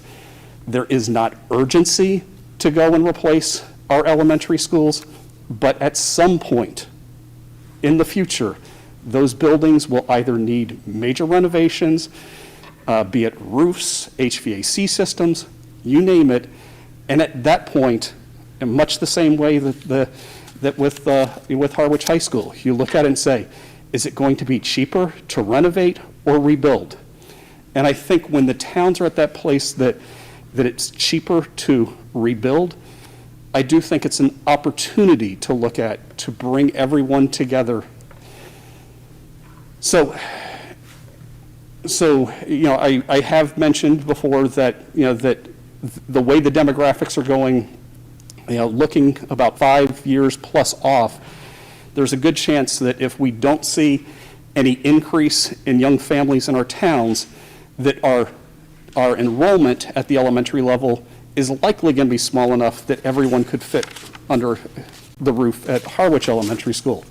Again, not suggesting that, but I do think if we're looking 10 years and beyond out there, that it would be nice, and I have waxed poetically with the chair and vice chair. I said if I had my magic wand and money wasn't an option, I would find some piece of land, maybe around the corner store, and it would be an elementary school that did burritos. And, and it could be centrally located where hopefully people in each town didn't feel like it was not Harwich or not Chatham, but it was the center of our bigger community. Wareham actually, I mentioned, does a upper and lower. Wareham has recently decided to actually shift their configuration. Wareham started years ago as neighborhood schools in a town that's geographically larger than Harwich and Chatham combined. They decided that upper and lower would be a better configuration. They went to an upper and lower configuration, but there was urgency there. Those buildings were starting to get decrepit, and they needed a new elementary school. They're finishing construction on a brand new elementary school, more centrally located in that town, and that that cost of that building is ends up just as the Monomoy Regional High School. It gets offset by an MSBA grant. It's a $78 million project in Wareham. MSBA is picking up $50 million. Taxpayers are going to be paying $28 million. If we were thinking of something similar here, bringing all the elementary school together under one roof has a savings. I've talked about the economies of scale. If you have everybody under one roof, there are economies of scale, and there's a good chance that the savings of just being all together under one roof will largely pay for the bond that or that the towns would have to have. Again, it's off in the future. It's not the superintendent suggesting that now. At the end of the day, if we go back to the beginning of the presentation, one of my roles is to be the good fiscal steward of the taxpayer dollars, and we have two elementary schools that no one can reasonably walk into and say, there's urgency in replacing this building. So, how are we, Monomoy educators, answering the question, and our teachers? That we feel that the best configuration for our school district for student learning is to form upper and lower elementary schools. And again, this is something that we do see as a viable long-term solution for the school district. It would require school committee support. It would require support from our boards of selectmen, and ultimately it would require a decision be made by the voters in our two towns at town meetings. I think it's conceivable if the board and if the boards feel that there's will out there in our two towns to move forward with this, that we could see this get implemented as early as the 22-23 school year. So I'm not saying that this is something that we should be trying to rush and have happen for next school year, but I think if the will's there, we could do it by 2023. And I do want to keep us in the back of all of our minds and our select board's minds and our FinCom's minds that we have a 65-year-old and a 73-year-old elementary school. And that if there's a parcel of land that's 10 to 15 acres out there centrally located that may or may not serve burritos, it might be good at some point in the future to look at getting everybody under one roof. So to wrap this all up, I will fully acknowledge that there are going to be a lot of people out there who hear this recommendation who will disagree. We've surveyed not only our teachers twice, we surveyed parents twice. And it's clear in the surveys that Harwich parents and Chatham parents actually feel very differently about how they would answer the question. I also want to emphasize that while 75% of the Monomoy staff, elementary staff, are saying that they think having everybody together at grade level would be a great thing, 25% of our elementary staff very explicitly want something different than that, either the status quo or to see some sort of redistricting. 3 teachers, I want to just acknowledge, 3 teachers sent videos to me with very different opinions than the ones that you saw. 2 of them were very much in favor of redistricting East Harwich to Chatham Elementary. 1 was very happy with the elementary experience that teacher had in their hometown elementary school and wanted that for their children and wanted the same thing. And I get it. I get it. They were very passionate about this. Concerns that they raised, which I'm sure are concerns that we will hear with this recommendation, is that we are adding a transition. It would add a transition, and that can be scary. It also can be inconvenient. I felt over the years for Miss Jordan. And she would be, it's like, and here's Joy Jordan, and she'd introduce herself. I'm Joy Jordan. I have children in every school building in Monomoy, it seemed.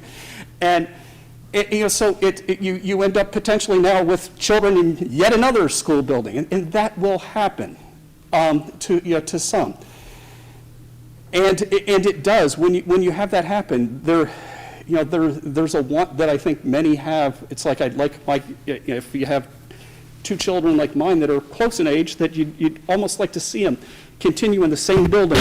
And it was kind of tough to see when one would go up to the high school and one was still at the middle school. And so I get that you want to have the siblings in the same building.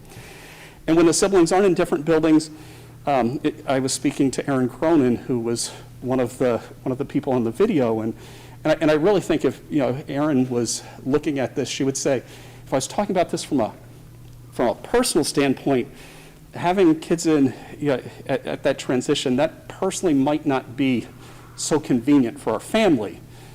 But she was able to kind of think at least out of the box from an educational standpoint what makes sense. So there is that it will sometimes involve us having situations where we're going to have to ramp up before school or after school programming to support families, and there'll be situations where for a year or 2 there may be a cross-town trip that needs to be done if you're driving or picking up for after school activities, or if you're a family that chooses to drive children to school. It may involve bus ridership time increasing for some children. I suspect that if you live close to the corner store or in the middle of our town, your ridership times with this would not change at all. If you live in West Harwich, it likely means that for a period of time, when your child would be at Chatham Elementary School, the ridership times are going to be longer.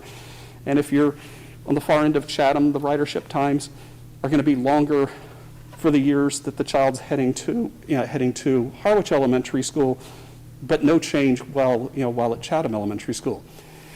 And as I said, I do get that that a number of staff and a number of families in our town grew up here and have these fond memories of what their experiences were at Chatham Elementary School and Harwich Elementary School and want the same. And I get it, I hear it, I understand those as well. I want to emphasize one thing, while many may disagree, it's okay to disagree.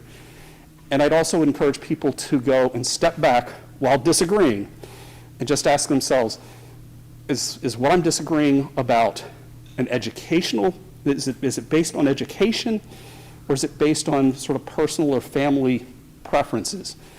Because I think that is the challenge. This is a recommendation that my team is bringing to you based on where we see the answer being from an educational standpoint.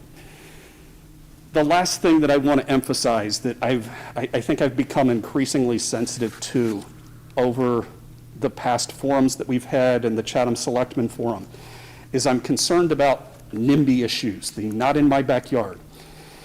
And I think I have heard hundreds of voices say that they're going to redistrict East Harwich and that would be okay, but I haven't heard anyone from East Harwich say that that would be okay or how that would impact them. And I think it's easy sometimes for us to go and fix something on the back of someone else. So it's easy if I live in West Harwich to say, East Harwich can go to Chatham Elementary, but East Harwich families might be really happy. I know they're really happy with Harwich Elementary School. So I'll stop there. That's so you've heard our recommendation, and I think at the end of the day, it's how will each individual answer the question. All right, thank you very much. Let's take some questions, comments from school committee members. Joe, go ahead. Thanks. Am I coming through loud and clear to you? Or? Very, very clear. Wonderful, thank you. I've kind of lost you sometimes in the last period of time. Well, I'm not going to try to say very much on this topic today. We're going to be approaching this topic more than once. But just a couple of things very, very quickly. My own personal feeling was stirred mostly by the teacher presentations. I was looking at all this and not thinking as a parent, because I'm not, but thinking as a teacher, what would have made more sense to me. The upper-lower configuration would have been enormously helpful for me as a teacher. It would be especially helpful for new teachers, but also for veteran teachers. For teachers to collaborate is crucial. Even with professional learning opportunities, teachers, they hit a wall of development at some point, and then a look at what someone else is doing can be a real boost, so that you suddenly find that ceilings and floors and mix up in a really positive way. So what I'm saying is simply, we learn from each other as teachers, and any opportunity in terms of building configuration to promote that, to me, is a good one. And it's not the only criteria, it's not the only consideration, there are many others, but that one really stuck out to me, and I'm in favor of a lower and upper elementary school configuration. Excuse me. Then finally, a general comment to conclude. Thank you to the administrators for speaking on this topic and speaking clearly and fully and articulately on this topic. This is, to me, a very important part of administrator role in a school system. The school committee wants to know what you think. Forgive me for speaking on behalf of the school committee. I don't mean to do that. That's not my role. I want to know what you think. I believe the towns want to know what you think. You are experts. You are professionals. This is what you do day in and day out. What do you think? Why do you think it? That is absolutely the essential questions that we need from you. We can decide or disagree or what have you. That's fine. But first, what do you think? Why do you think it? Let's get that on the table. I have no hesitation, no problem at all if what is said is controversial or is going to upset some people and ruffle some feathers. Any idea is going to be controversial. Getting a COVID vaccine shot is controversial. There's nothing you're going to say of any substance, nothing in any issue that's of any importance that's going to be free of controversy. That's not a problem. I don't want to hear something trimmed, held back, or confined, or edited to avoid controversy. Let's just plunge right into it. But get to the main point, which is tell us what you think, tell us why you think it.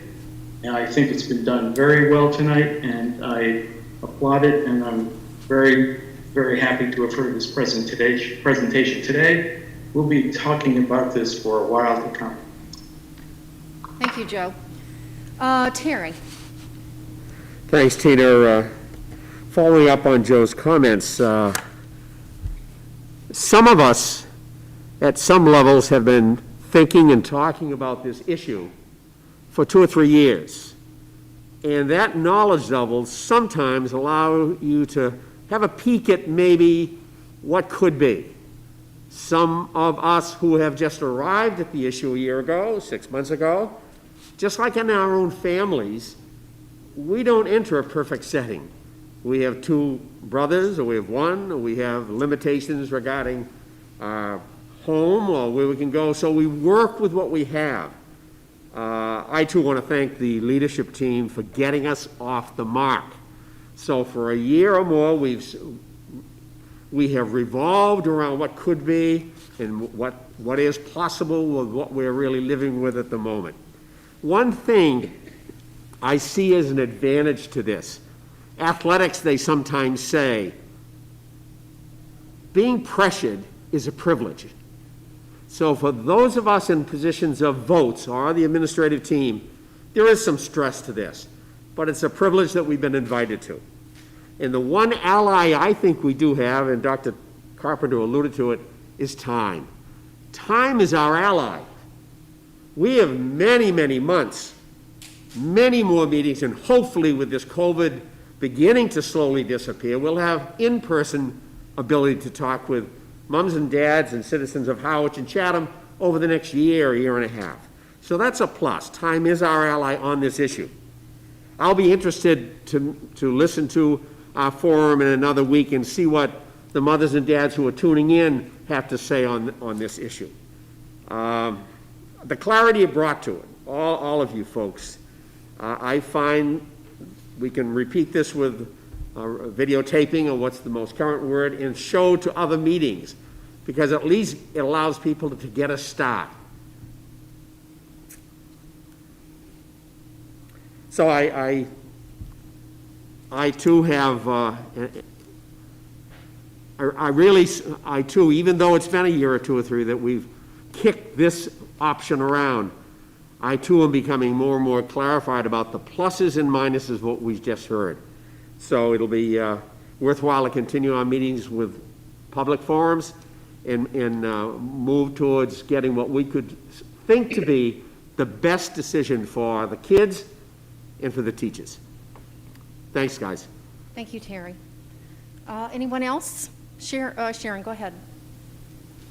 I really appreciate the work that was put into that by the teachers and administration.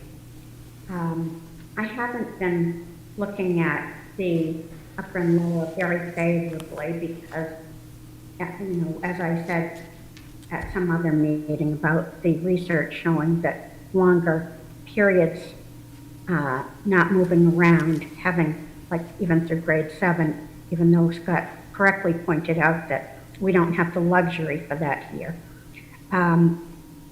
But the particular point that one of the teachers brought up, I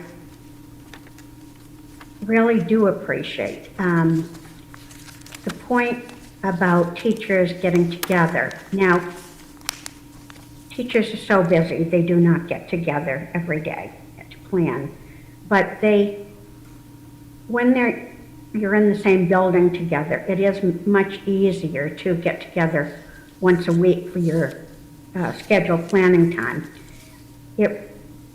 Even for next year's schedule, you know, going the way we are with 2 buildings, I hope there's a way that possibly that can be put together so the teachers can somehow get together more often. Maybe it needs to be by Zoom from one building to another if there's not time to, you know, get people moving to that. But I do think that would make the teachers at different grade levels closer together.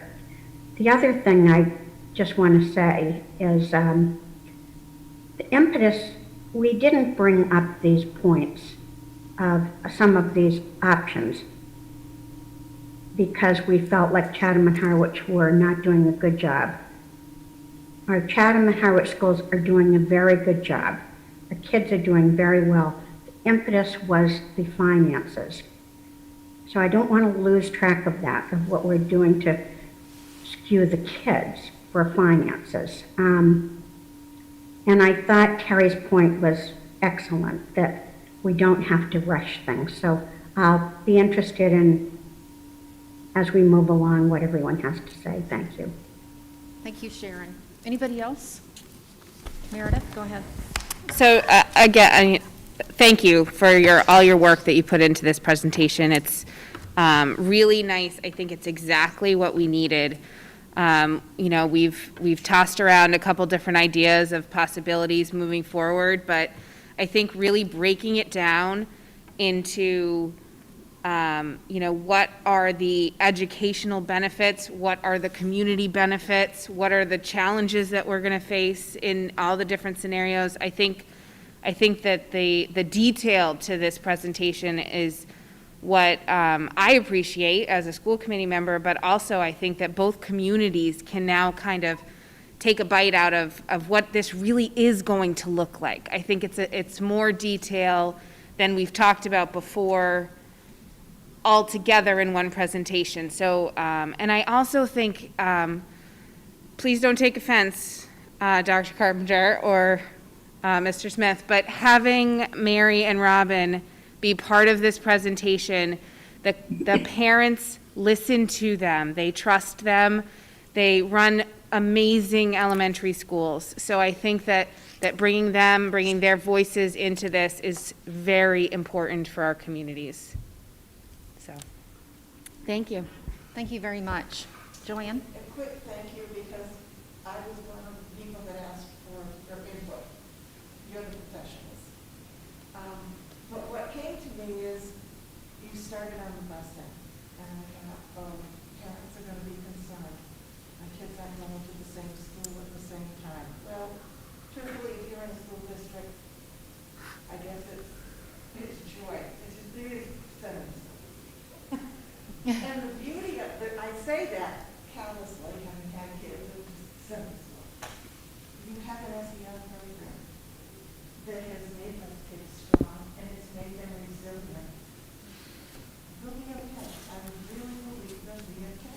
And you're giving them a little challenge that they can handle. And so let's trust the kids to do well academically. I have to go along with Robin, and when we started as well as collaboration and the student work that we can share and PLCs. Those are the words that went through my head. When you get under the same roof, you can share it. And you can borrow things that are not happier too. Thank you. You've done it right. Terry, go ahead. Very quickly, I had a thought and I let it go 10 minutes ago. It's got nothing to do with the upper and lower, although I think that's a real healthy listening plan, no doubt about it. What this process strikes me, and it's been echoed by a couple of our colleagues, many of us, either young or with our kids or ourselves, reach a point where our health is not ideal. We end up going to a consult with our doctors, sometimes with a couple of doctors or 3 doctors, based on a potential for our ailments. And we sit and listen, just like tonight, to get ourselves off the health mark to those medical doctors as to what our best plans are. And then we don't make it. We come home and we begin to, as best we can, mull over those plans. Well, we've got several doctors in the group that tonight gave us that first prognosis as best as they can.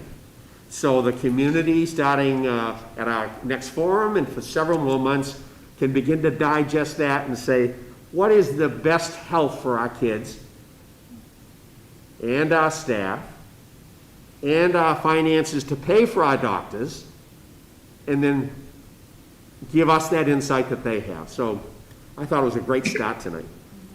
Thank you, Terry. Anybody else? So, thank you. I think this was very, very helpful, and I wanted to just make a couple of comments.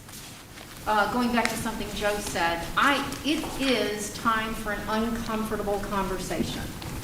And, as we've already talked about, not everybody's going to agree But I think, as Terry said, I think this is going to take some time, and you can't really make change without having an uncomfortable conversation. So I appreciate the boldness that it took to put this together, to come up with a recommendation. A couple of things I wanted to say, because next week is our forum, which I'll talk about in just a second.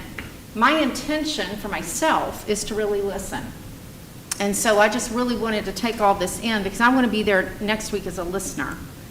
And I also wanted to say to the superintendent, I really appreciate that you said two things, that your role, our role, the school committee's role, is to provide the best education we can and to be good stewards of the taxpayer dollar. And I want to follow up with Sharon's comment. We really can't lose sight of the money piece either, because that's all wrapped up in this. I had just a question as it related to redistricting. So what are the benefits, and Chatham certainly benefits with the balancing of enrollment, but what would Harwich get, just out of curiosity, what would be the benefit to Harwich?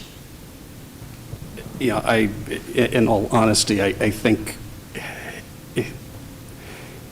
if we go back, I'm going to answer this in a very convoluted way. Okay. I think if we go back to my little prologue statement, that we have two problems that we're looking at and saying, you know, how should we address them, or should we address them? You know, inequity in finance and assessment. And really, you know, Chatham Elementary, is it good in terms of social emotional development and learning for the school to contract to 2 classrooms or 1 classroom? Those are the two fundamental things. And, you know, so if we're redistricting, we're grabbing from Harwich, and you know, so Harwich, we're not looking at this and saying there's a problem at Harwich Elementary School that we have to fix. I would argue what we're doing is we're taking a school that is fine, and we're solving a problem by taking from it. And I think it's as Mark pointed out, it's robbing Peter to pay Paul. So it's a solution that would allow us to stabilize Chatham Elementary at 2 classrooms per grade level without having to worry about, will we have enough school choice students on any given year? But it robs Peter to pay Paul. So there's not a benefit that I can report out and say, Harwich Elementary School will be better if we do this. Harwich Elementary School won't be better. You know, this presentation is saying it's better if we can get more of our peer group together. Again, we have a big enough community, if we think of our 2 towns as Monomoy, to have a really nice sized population at grade level. You know, we're in that sweet spot. We're not too big. Barnstable is not going to try to pull everybody at grade level under one roof. We're at this right size to be able to do that. And again, I think the reason, and I struggled on, you know, do we even put that little thing on redistricting in this continuum? But I think it's important to address. It does help us solve some of the connection issues at Chatham, but it's solving them at the expense of some great connections that are happening at Harwich Elementary School. And thank you for that honesty, because I think as we move into an uncomfortable conversation, this is the truth that we really have to put out on the table. And again, not everybody's going to like the truth, but it is something I think as we go forward that we have to really be uncomfortable. We have to allow ourselves to be uncomfortable and talk about the concerns and really come at this from all the angles. And thank goodness we do have some time, Terry, because I think it is going to take a while. The other comment I wanted to make, because the teachers had alluded to this in their video, is I was here for the merge, I guess, as we call it, Chatham and Harwich. And when we first moved here, my family, My daughter went into the 5th grade at Chatham, because we lived in Chatham when we first moved here.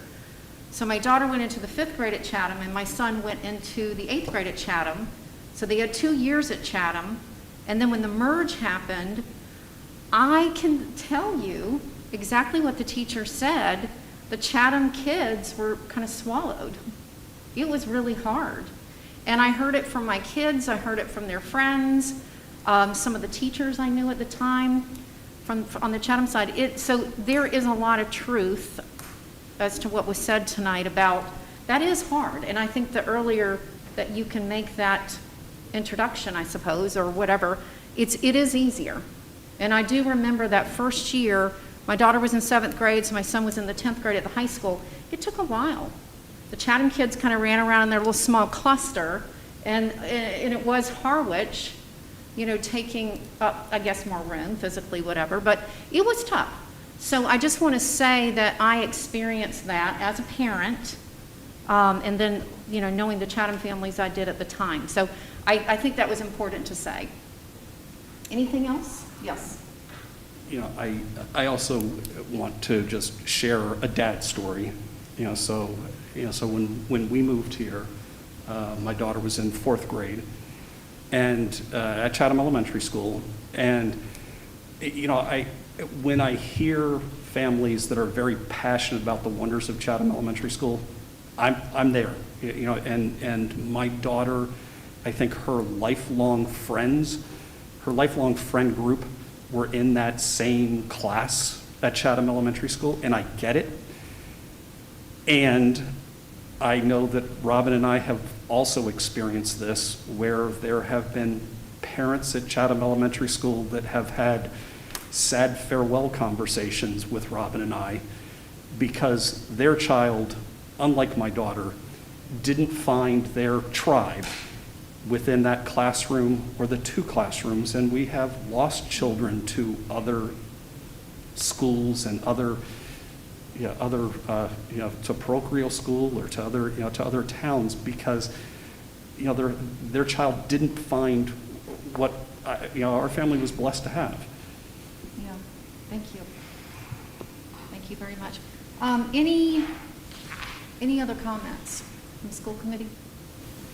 All right, again, thank you all. I mean, this was just an excellent presentation, and again, I appreciate the boldness in coming together, or coming together and agreeing and putting forth a recommendation.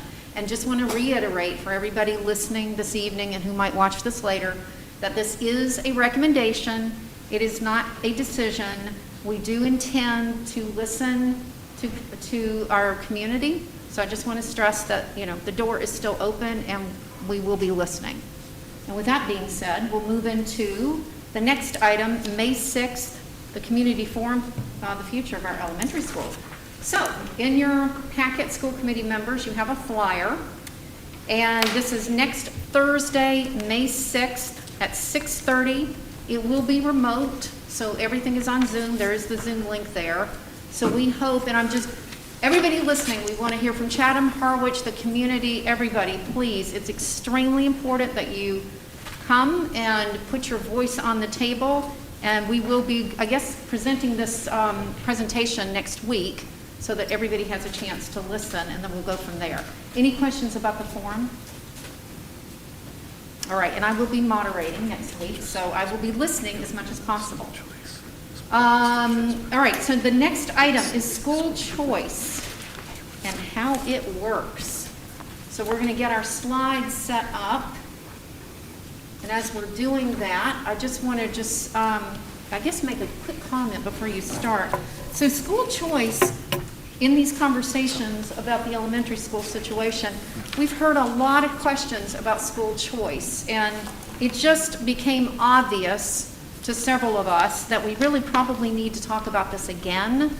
And so the superintendent and I agreed that it was important to put it on the agenda tonight so that we can get some of these questions answered, because this is something else that keeps coming up as we talk about the future of our elementary schools. So go ahead. Yeah,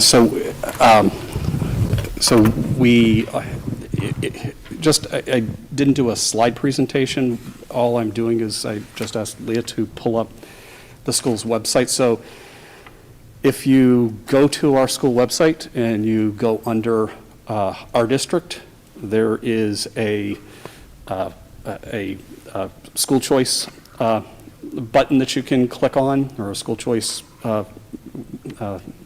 label that you can click on. If you click on that, it'll come up with what grades we have openings in our district. So if you just look at Chatham Elementary School, Chatham Elementary School has a wait list at kindergarten. First and second grade are closed, as is fourth grade, and third grade says limited. So what does that mean?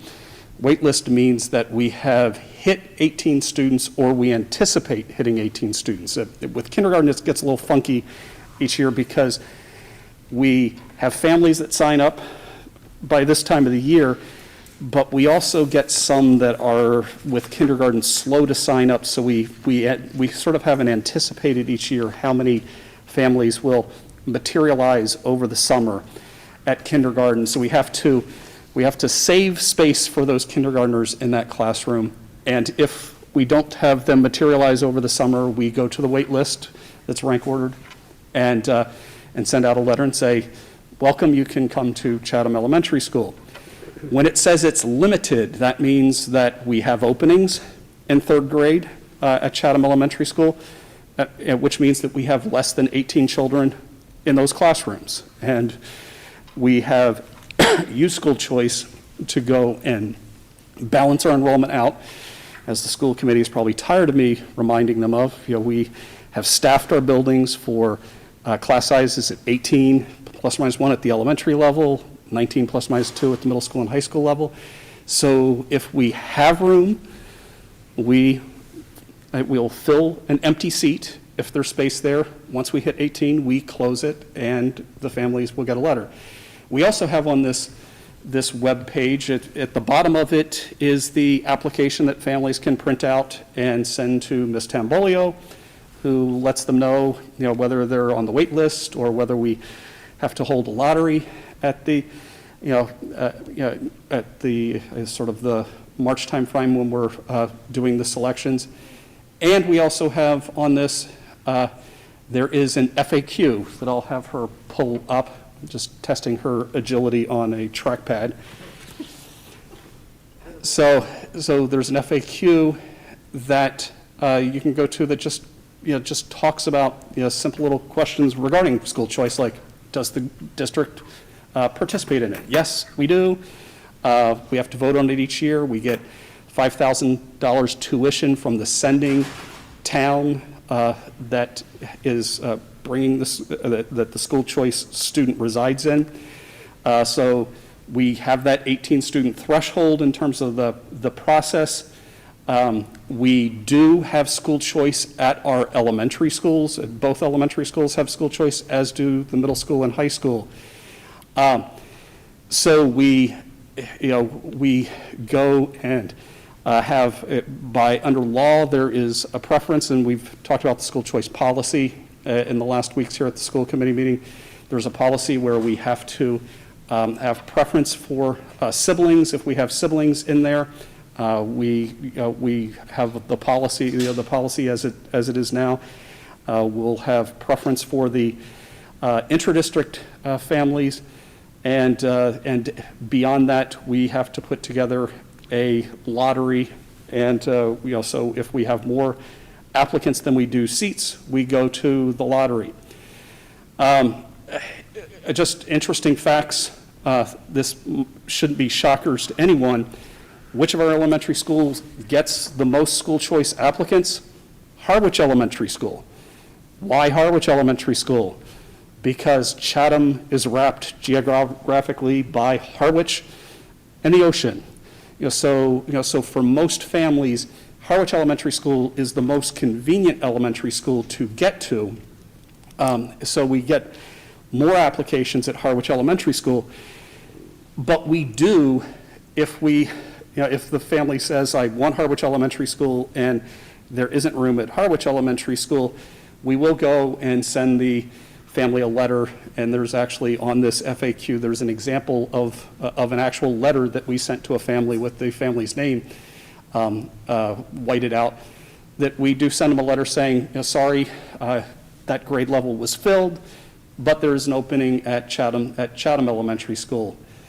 And then just to, the said letter. Also in that FAQ is just in nice big bold letters is if we have space, if we have space, we'll take the student. If we have space under that 18 cap, we accept them for school choice. And the only reason that we're denying them is if the grade is filled.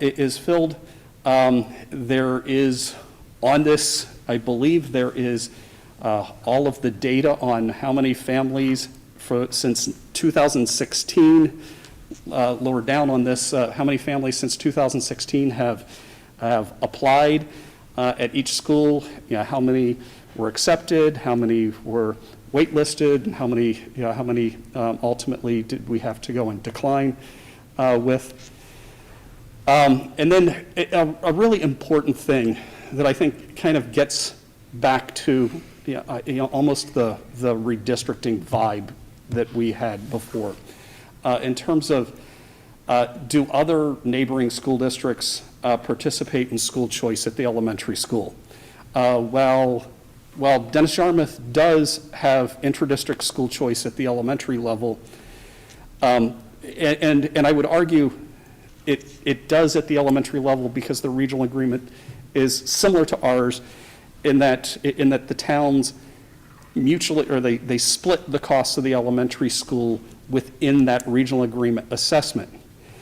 In Nauset, the towns don't participate in school choice at the elementary level, and they don't for a very specific reason. It gets back to the comment that Mark made. It would have the different towns robbing from each other, and how do you rob from each other at the elementary level and then expect to cooperate with each other middle school and high school? So they don't.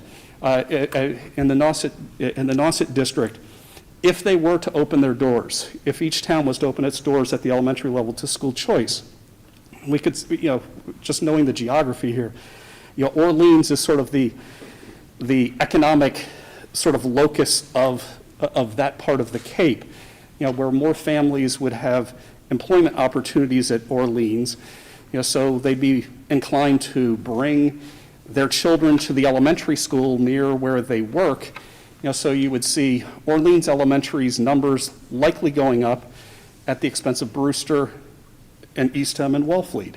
So, and again, it's when we have this conversation, when Mark was talking about at the Chatham Selectmen's Forum a couple of weeks ago, the last question that they asked those are, what do you think? Should we pull the Chatham Elementary School out of the regional agreement?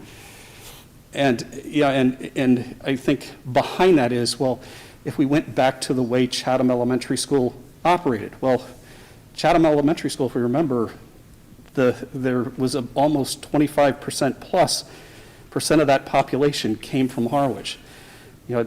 I wouldn't want to see us going back to the way we were, where we were stealing each other's kids to go and solve problems. Do students from Harwich go to Chatham Elementary? Yes. Do students from Chatham Elementary go to Harwich Elementary? Yes. In fact, this year we have declined students that have requested to go to fourth grade at Harwich Elementary, fourth grade from Chatham Elementary to Harwich Elementary because it's full. So we have that in each year. When we say to a family, and most families are looking for school choice at kindergarten, and when we say to a family, kindergarten's closed at Chatham for the year, a lot of times the family, it's a good thing, they want to be here. They'll reach out the next year and say, well, how about first grade? And this might not surprise anyone, but usually first grade is closed too, because if the class size was 18 in kindergarten, it's likely 18 as that cohort moves up. So, so frequently, we're saying no to families for 5 years in a row until maybe in fifth grade there becomes some availability. So, and then just. I'll kind of stop after this last one, but people are welcome to go into the FAQ and find all the gory little details about our enrollment and everything else in this. But we have had scenarios at Chatham Elementary School where we've had to say no to 3, 4, 5 students that want it in at a grade level, and you'll hear from families to say, well, you're worried about the elementary school getting too small. Why are you saying no? Well, we're saying no because the class size is already 18. Well, someone could logically go and say, well, why not add a teacher? And again, this is where I have to kind of remind you, what's my role as an administrator? Best quality of education. We're trying to provide the best quality by keeping those class sizes at 18. Also, my role, steward of the taxpayer's dollar, to add that teacher for the 3 children when I could go and say, there's room available at Harwich Elementary, or I can't have you go from Harwich Elementary over to Chatham Elementary this year. It's those two things. It's what's the best for the 18 children in that classroom, and what's the best in terms of fiscally for our 2 towns in terms of the taxpayer's dollar. So anyway, folks are welcome to go to the website. It's all there, and you can look back at the data since, I think, 2016 on who's applied all the way up through who's applied this year. Thank you. Thank you. You could just keep that right there. I think it's really important for everybody to read the $5,000 per student, because this is something that I keep hearing, that we can just bring all these school choice kids in, but when they are coming from other districts, they're only bringing $5,000 a head when it costs, I don't know, 17, 18, 20, 21,000 to educate. So that's another thing. It's like going into a restaurant and wanting to sit in the corner when there's not a server over there. I mean, you might sit over there, but you're not going to get served that well.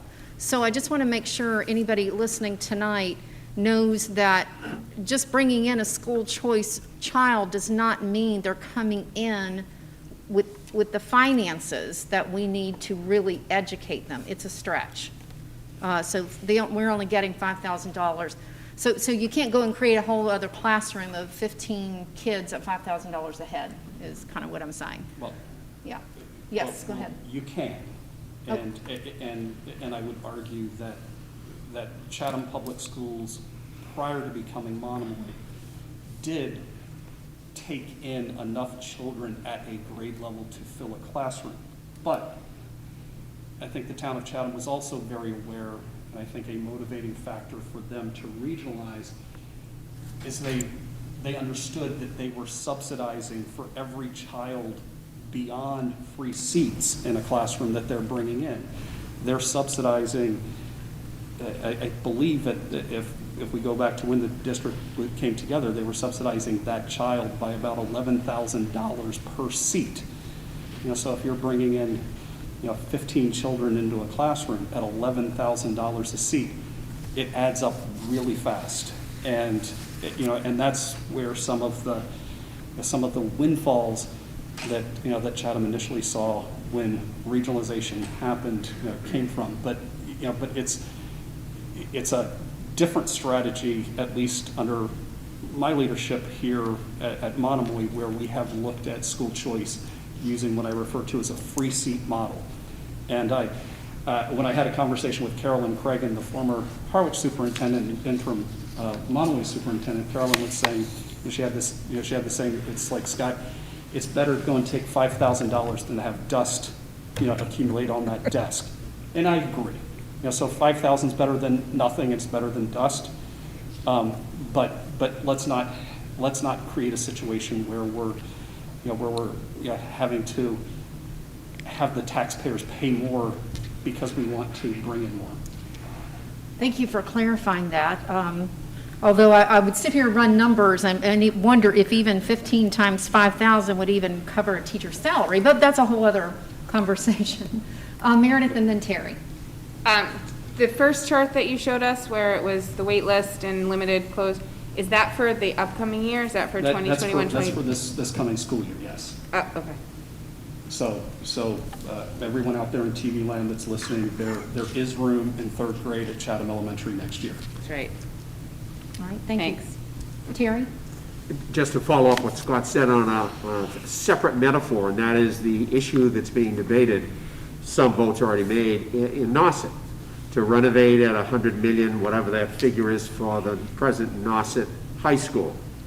Nauset made a decision years ago to work a plan to allow, and I'm guesstimating numbers, to build renovate and rebuild the Nauset High School for about 900 students, 300 of which have been school choice students coming from all over a variety of districts. The debate has been, and they have already voted, that why do we want to do that when it's going to cost the Nauset citizens X number of millions to build 120 million minus MSBA money, when we really are a school of native Nauset folks at 650, and we're paying those taxes. And the 300 children coming in having a wider learning experience because of just like Chatham and now Monomoy can offer because we're a little bit bigger. They're having the advantage, but the 5,000 they bring does not match that mortgage to pay, not so much yearly, but the mortgage they're going to have to pay to keep a larger school with, say, a third of children in it that aren't really theirs. And yet they may have voted, I think they have voted yes to do that for a variety of reasons. But that's another way of looking at, could school choice be the answer to the Chatham numbers? And the answer is no. And I think that's why, in budget season, we frequently share, here's what our per pupil expenditures are relative to the rest of the Cape. And I do believe that Monomoy is probably about $3,000 less per child than Nauset, because Nauset's, that difference is what's happening in subsidizing that 30% of choice kids coming into the district. Right.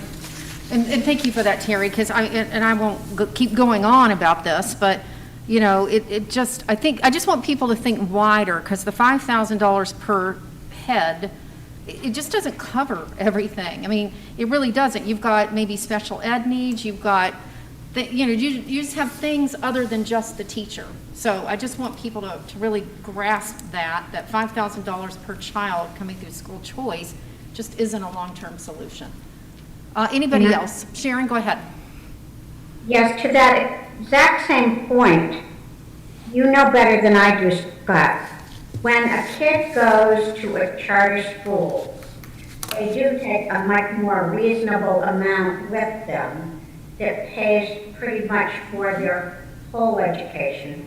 Is that 15 or 17? What amount is that goes actually pay for the education at charter school? Yes, so if we lose a child to a charter school, the entire per pupil expenditure that Monomoy lists with DESE, or that DESE calculates from our budget sheets, follows the child to the charter school. So, so that roughly $1,000 a child is going to the charter school versus $5,000 if they choice to another district. Thank you. Yep. Thank you for that, Sharon. Joe, go ahead.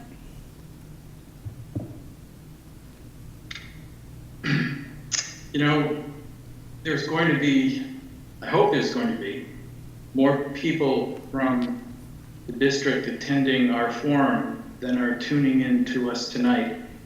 And even for those who have tuned in, to stay with us after 2.5 hours, we're going to have more people at our forum.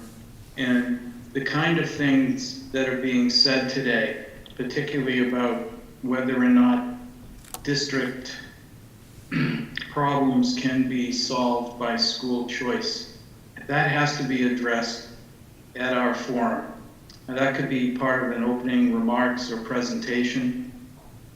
It could come up in question and answer. But one thing that troubled me when the Chatham Select Board had their forum is that a number of misconceptions came up about school choice and came up not once but several times.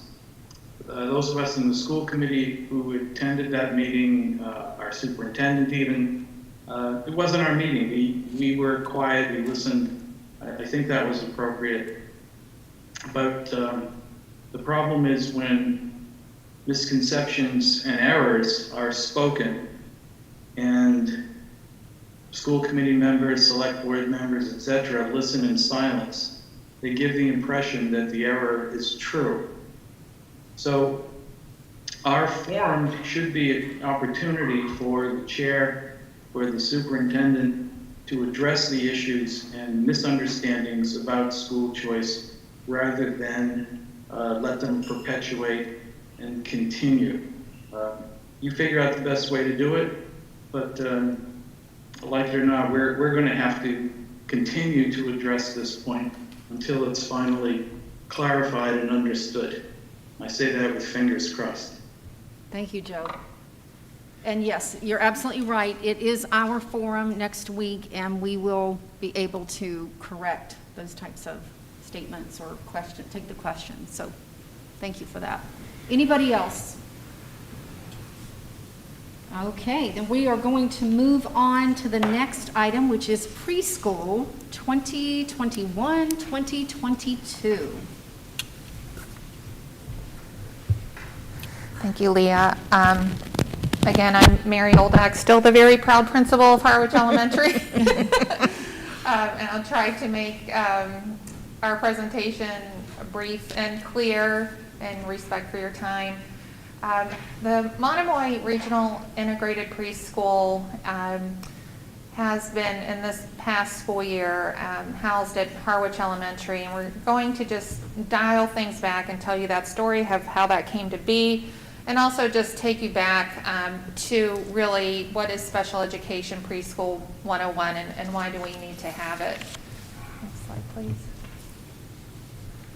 So every public school district is obligated to provide special education services for our eligible students who are ages 2.9, and I know that always bothers people because there's 12 months in a year and that's a decimal, but it's kids who are just turning 3 through 4-year-olds who may turn 5 during that school year in an integrated preschool setting. So what does an integrated preschool setting mean?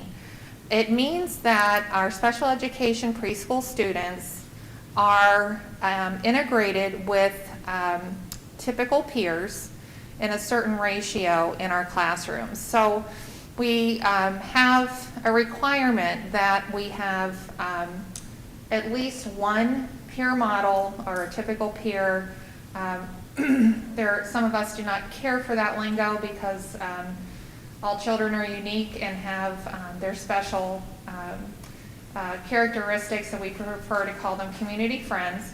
So in our preschool program, you will find that we have to have at least one more community friend than we have a special education student. So that the community friends are tuition based. Our tuition is very reasonable, and that is because our preschool only meets 4 days a week in a morning and afternoon session. And the morning and afternoon sessions don't really coincide time-wise with what a typical community-based preschool might. The session runs very concurrently with the school day, which isn't particularly, starts at 7:35 and dismisses at 10:20, for example, for the morning session. So we have the half-day program, morning and afternoon, 4 days a week. And we do have a 3-year-old classroom and a 4-year-old classroom. We do not mingle those ages, and I'll talk about that a little later, just in terms of the developmental range that you end up having within a preschool classroom just becomes way too diverse because of how kids develop exponentially over that age range.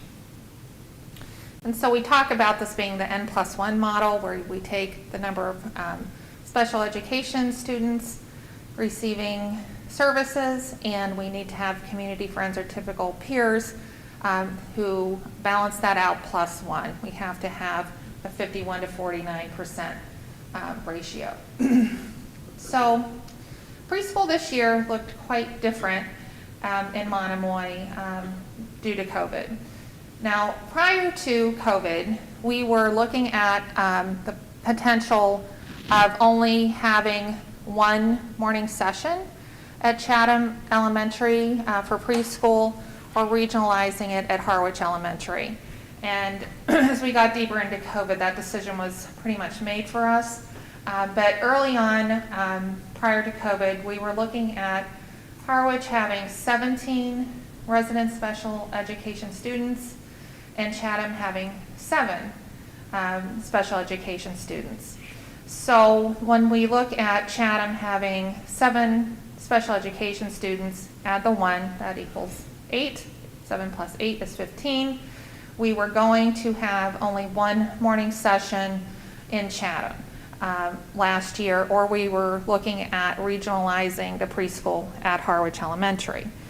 So as we got deeper into COVID and we were looking at how we were going to be able to maintain social distancing in our preschool rooms, you think about little kids in the room, they need to move and play, we sought a waiver that we would only serve our students with special education services in person with no typical peers or community friends, okay? And so during COVID, we have had all of our in-person preschoolers at Harwich Elementary in one classroom in 2 sessions, morning and afternoon. We have had one distance learning classroom for our preschoolers. So currently, and if we look at it in terms of residency, we have 13 Harwich students, residents who are in person, and 4 Harwich students in distance learning.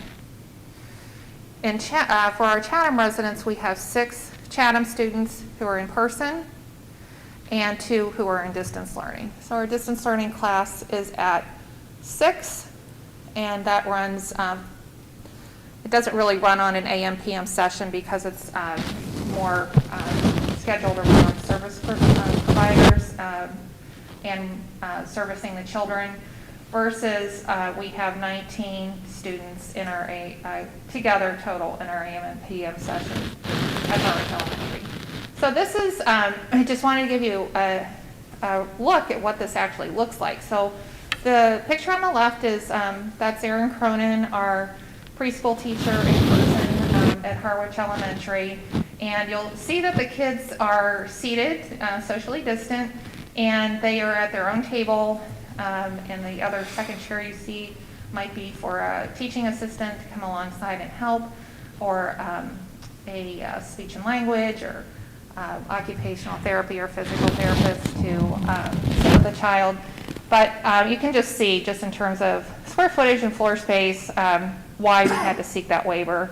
Typically, you would see in non-COVID times, 3 or 4 children sitting at that table instead of 1.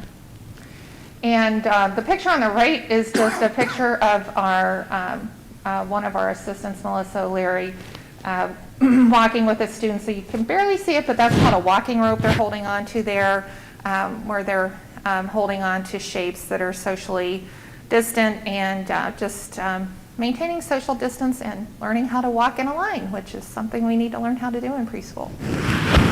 So as we look forward to next year, we are looking at the integrated preschool and a 3-year-old classroom and a 4-year-old classroom.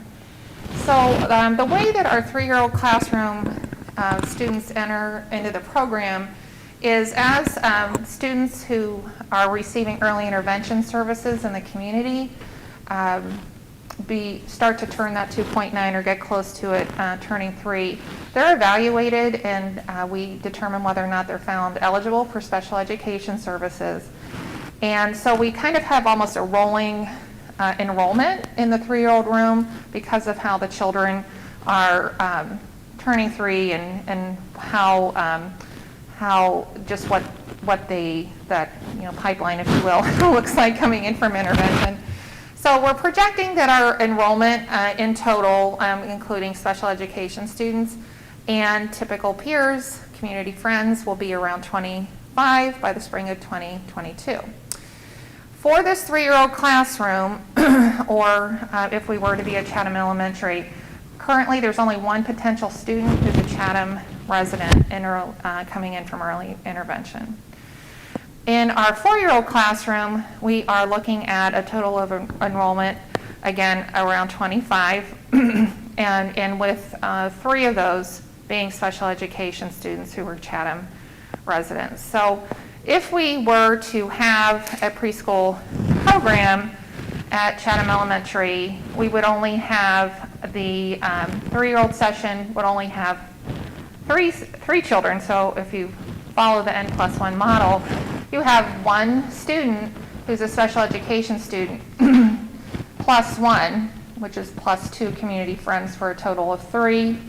And then in the 4-year-old classroom, you have 3 special education students plus 1. That's 4 community friends equals 7 students. And so you have a total of 10 students. Could you put them all in the same classroom? Yes. Is it best practice? No. Again, you're looking at an age range of anywhere from 3-year-olds to a child who's turned 5 and is ready for kindergarten. And it's, when you just think about again, we get back to that discussion of having a diverse peer group and learning experiences that you would experience in a larger classroom aren't the same. What we've done here on this slide is to look at how regionalizing the preschool into Harwich Elementary, because that's where we have the space and the services for the students. In the first column, we have there just the analysis if we were just to have Chatham Elementary have their preschool, and in the second column, Harwich Elementary have their preschool, again, for their resident students. So we looking at Chatham Elementary having 2 sessions with the total of 10 students that I just went over. We would need 1 full-time teacher and at least 1 assistant. The assistants only work 4 days, so that's why we have a 0.8 FTE there. And we just calculated out just based on the numbers that we use for budgeting. Michael McMillan helped me with this so that it all dovetails with how we budget. We have total staffing costs of $108,000 for 10 students, so the staff cost per student is $10,800.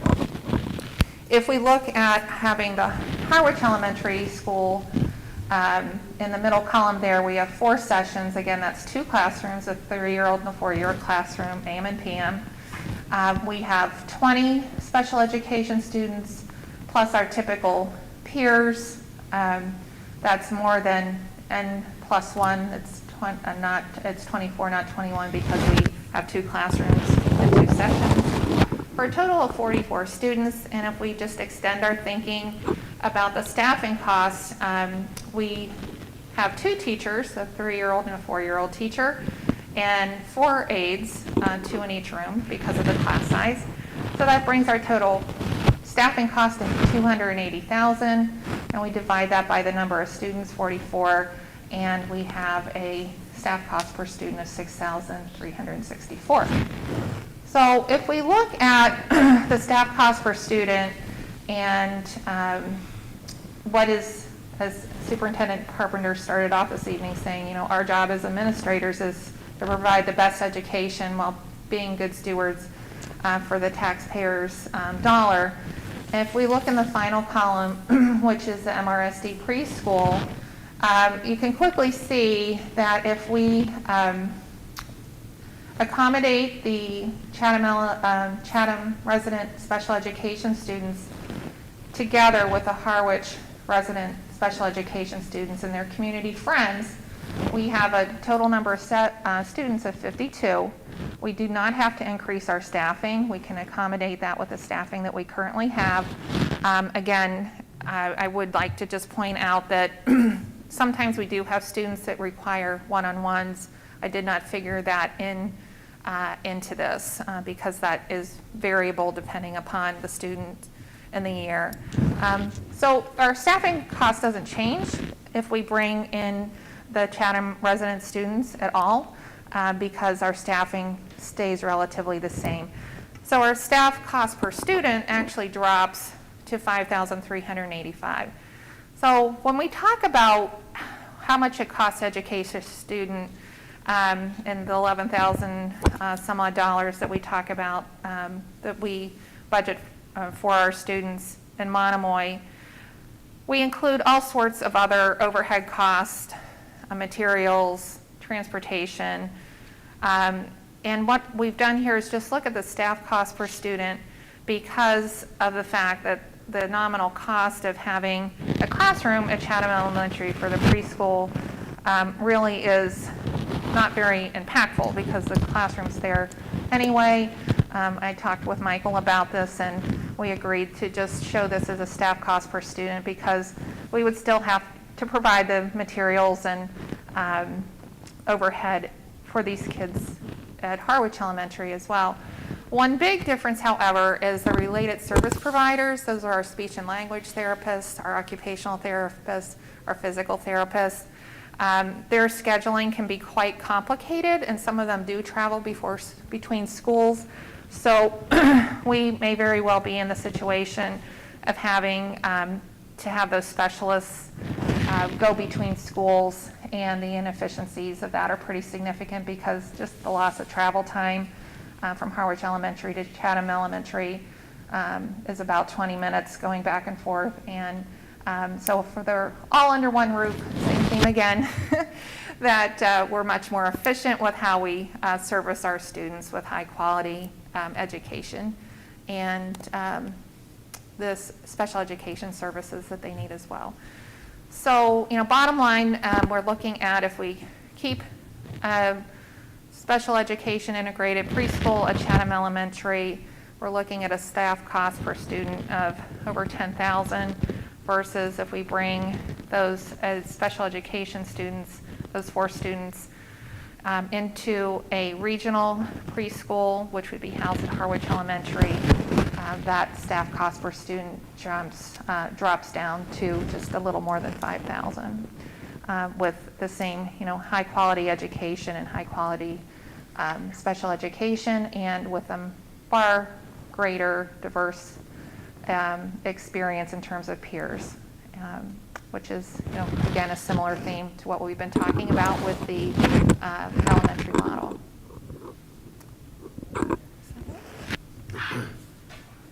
Yep. Okay, that's it. Any questions? All right, questions. Terry, go ahead. And then Mary, there won't be a quiz on what you just reviewed for us. A couple of comments. It's interesting to me listening. You, and I could be wrong, and Robin the same way. You have 500 children and 40, 50 adult staff. You've just spent with us 25 minutes or 20 minutes with details. Complexity that was Michael's help needs to come out right. Mm-hmm. And I appreciate the fact that we may not have as many listeners at this time of night, but I lived a little bit, but not at that level, how effective you as leaders are when you come up with an issue. And then the second parallel to that is it follows back to our discussion with Dr. Carpenter and what we do with these 3 or 4 solutions with small school and large school and how do we move kids. The higher the need, special education youngsters, 3 years old. A couple of side questions. One, because it's well beyond my realm. I was up a little higher and not doing as well, I guess.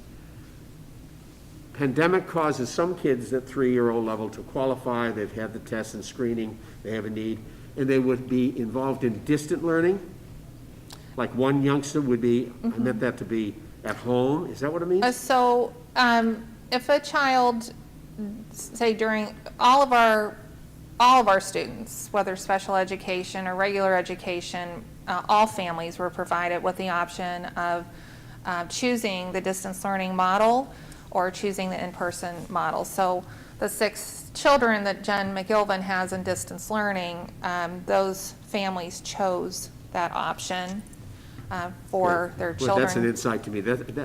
Just unbelievable. I just commend the mothers and dads. Right. Because it's been a long It's not time that I've easy. had Yeah. care of a 3-year-old, but to be able to sit for 2 or 3 hours on a screen Mhm. and to think that there's learning going on is amazing. Wow. Yeah. So the teachers really do a great job of breaking that out developmentally, but in terms of how long the sessions are.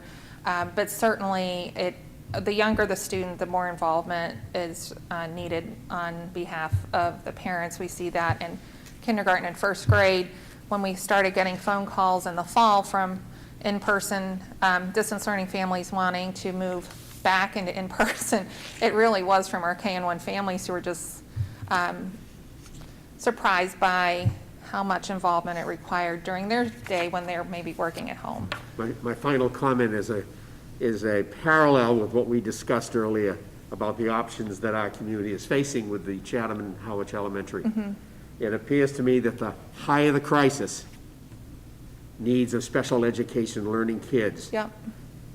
the more open we all are to trying to come up with a solution that might even need a regional solution. Meaning Yes. youngsters in Chatham, 1 or 2 or 3 of them might have to come over for that need to Mhm. Howard Elementary to make that happen. Yeah, And and mothers we- and dads we- recognize it and say, Mhm. yes, whatever.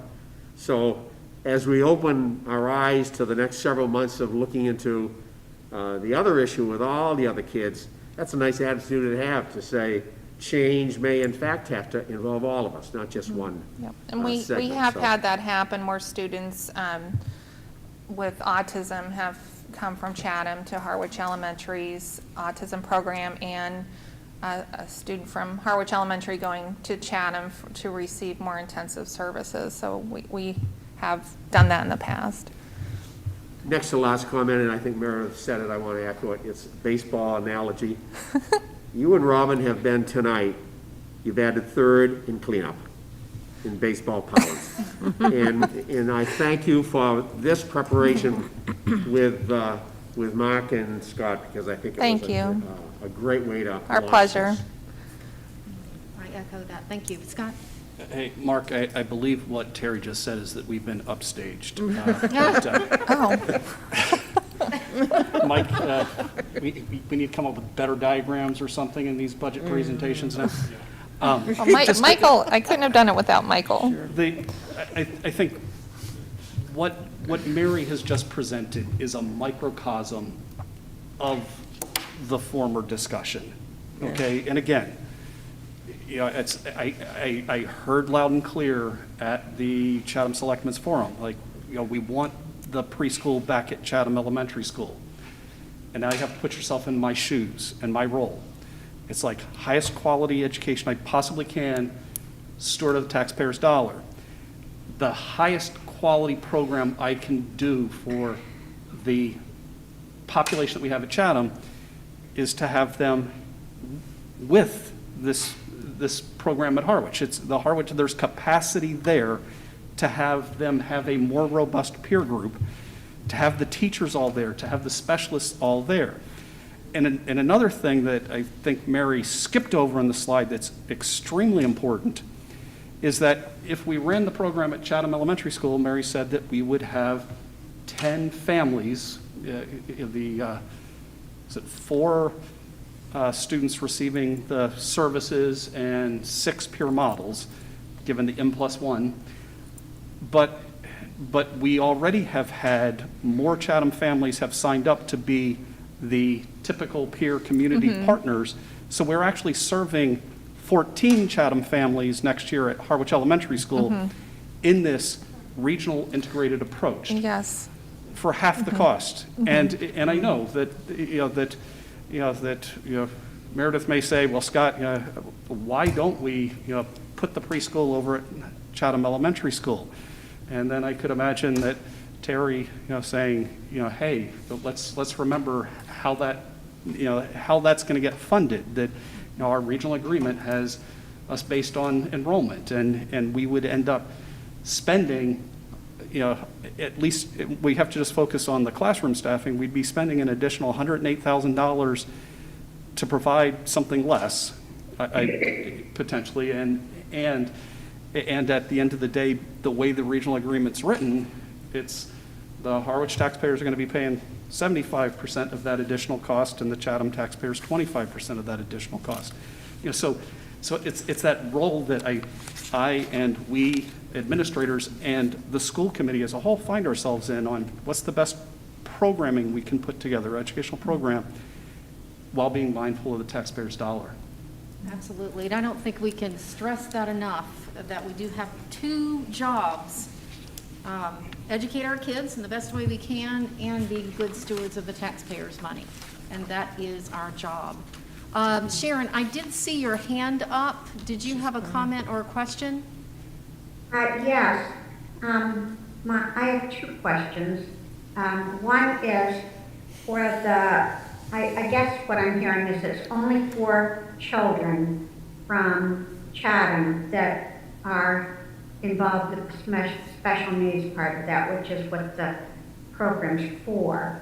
I'm wondering if their parents are all supportive of this, and if we would be providing, like transportation with one of those minibuses or something from Chatham Elementary to Harwich Elementary. Yeah, I do want to recognize Melissa McGuire, who's been very, such a colleague in all of this year, and such an incredible source of knowledge around special education.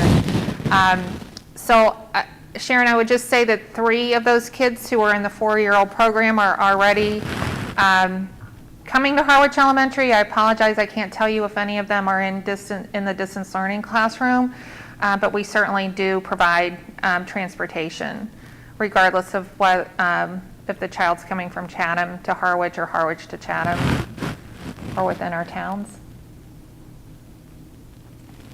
Thank you. If the parents are happy with it and we provide transportation, that's fine. Thank you. Mm-hmm. And some parents choose to drive their own children too. Oh, yes. Thank you so much. Thank you, Sharon. Anybody else? Questions, comments? All right, seeing none. I'm sorry? Oh, okay.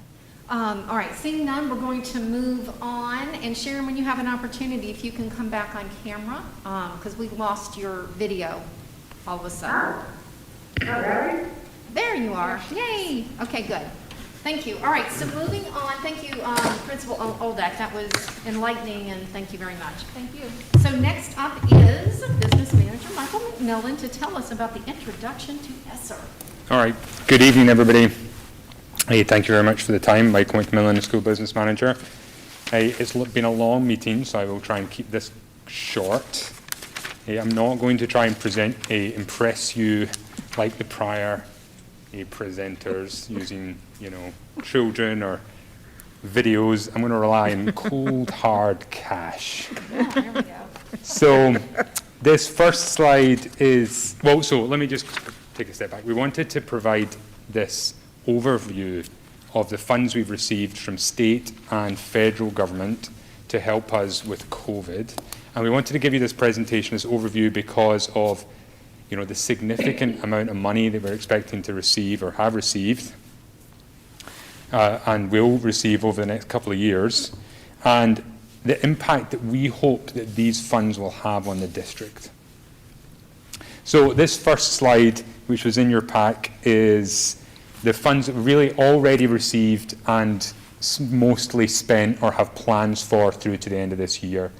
So these funds, these really dealt with the immediate impact of delivering an education and to students, either during school closures or once we had students coming back in hybrid remote learning models, and trying to space out our buildings. So this, we use these funds for facilities, for teaching staff to provide virtual classrooms, for things like plexiglass, cleaning supplies, technology when we knew students were going to be working from home, all those sorts of things. And this money has been either, like I said, spent or encumbered. We plan to spend it by the end of the school year. So on the next slide, these are These are the ESSER grants, so that is the Elementary and Secondary School Emergency Relief Fund, which has been funded by by 3 acts, by federal legislation. So the first couple we have already been awarded these funds. We haven't received them all, but we've already been awarded these funds. And the third one is what's really going to be it's a very small line at the bottom, but it's going to have a huge impact because we haven't received the award yet. This came from the American Recovery Act, which just passed about a month ago now, I think. But what we've been told is to expect around $1.4 million. So that is obviously a significant amount of money and will have a big impact on the district. Now, the end date for that is, I'm not sure exactly for the prior, and I'll have a little timeline coming up, but is over a couple of years we'll have to spend it. We won't spend it all at once. And the allowable uses for these funds is very broad. So we can use it for, a wide variety of purposes, though, really we're hoping to use it to help meet the academic and social emotional challenges that have been presented by the pandemic. There's 3 funds here, these 3 ESSER funds. We have not spent or encumbered or plan to spend any of these funds yet.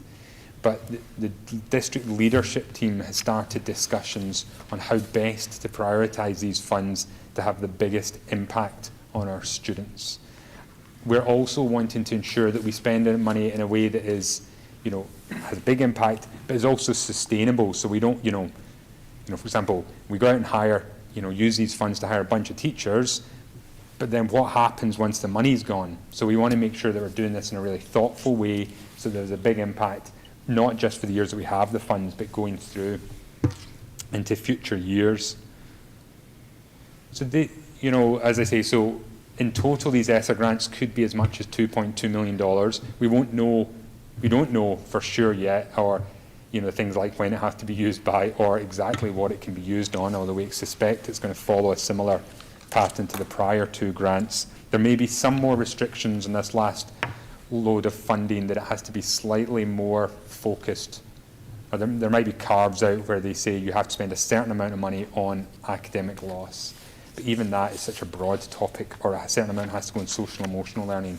And given that, academics and social emotional is about 99% of what we do, that really covers a big area of our expenditure. So I have one more slide, which we can just jump to the next slide. And this just really shows the timeline. The bottom 3 bars are the ESSER funds. So the first one has to be spent by September 22, and the second by September 23. The third we don't know yet. I suspect September 23 or possibly later. But that just gives you a sense of how we'll try to spread the funds out to maximise the impact over that period. That was really all I wanted to present, just to give you an idea. We're working, as I say, with the leadership team to produce a plan for how we'll spend these funds in a way that's thoughtful and has the largest impact on our students possible. These funds won't really directly offset our budget because they are targeted for a specific purpose over and above what we would normally spend. However, they do, I think, put the district in a really strong position to respond to what we've seen from the COVID pandemic. And, it does help our budget, and that those issues might have led to an increase in our budget that hopefully this will help to offset an increase we might have otherwise seen as we sought to meet those students' needs. As I say, we hope to come back to you and I think in a couple of more meetings to come back and present a plan, an initial plan, especially once we get the guidance on how the ESSER 3 funds should be spent. So watch this space, and we will be back soon. Thank you. All right. Terry, go ahead with questions. Thanks, Tina. Nice time of the meeting, Michael, to give us such good news. Yeah. It reminds me how we began the evening with Robin's committee on enhancing a future garden. that you need to form a committee called the How to Spend Money Committee. I got such a kick out of that to say, like, what a great start for third or fourth graders. I thought it came naturally, but you have to be trained to do that. There's a list that we all know about. Yeah. That the committee Yes. looked at and said, would it be nice? But we knew it wasn't nice at the time. So some of those, I'm not talking, I know, for example, like math specialists at a certain grade level. Well, that's like Title I and years ago, where what happens after 2 years. But a special needs van, a one-shot deal that will get us 5 or 7 years, I'm certain that's sort of the group Absolutely. you leader folks will look Yeah, at. so, thank you, that's a great point. You want to go? Oh. I'm finished. I can just sort of explain how we've gone about this. We've kind of gone about some of these initial discussions from two different vantage points. First, we did go to the list and started to talk about the wish list that we didn't get to fund during budget season. And then I felt it was really important for our principals to go back and really look at the data.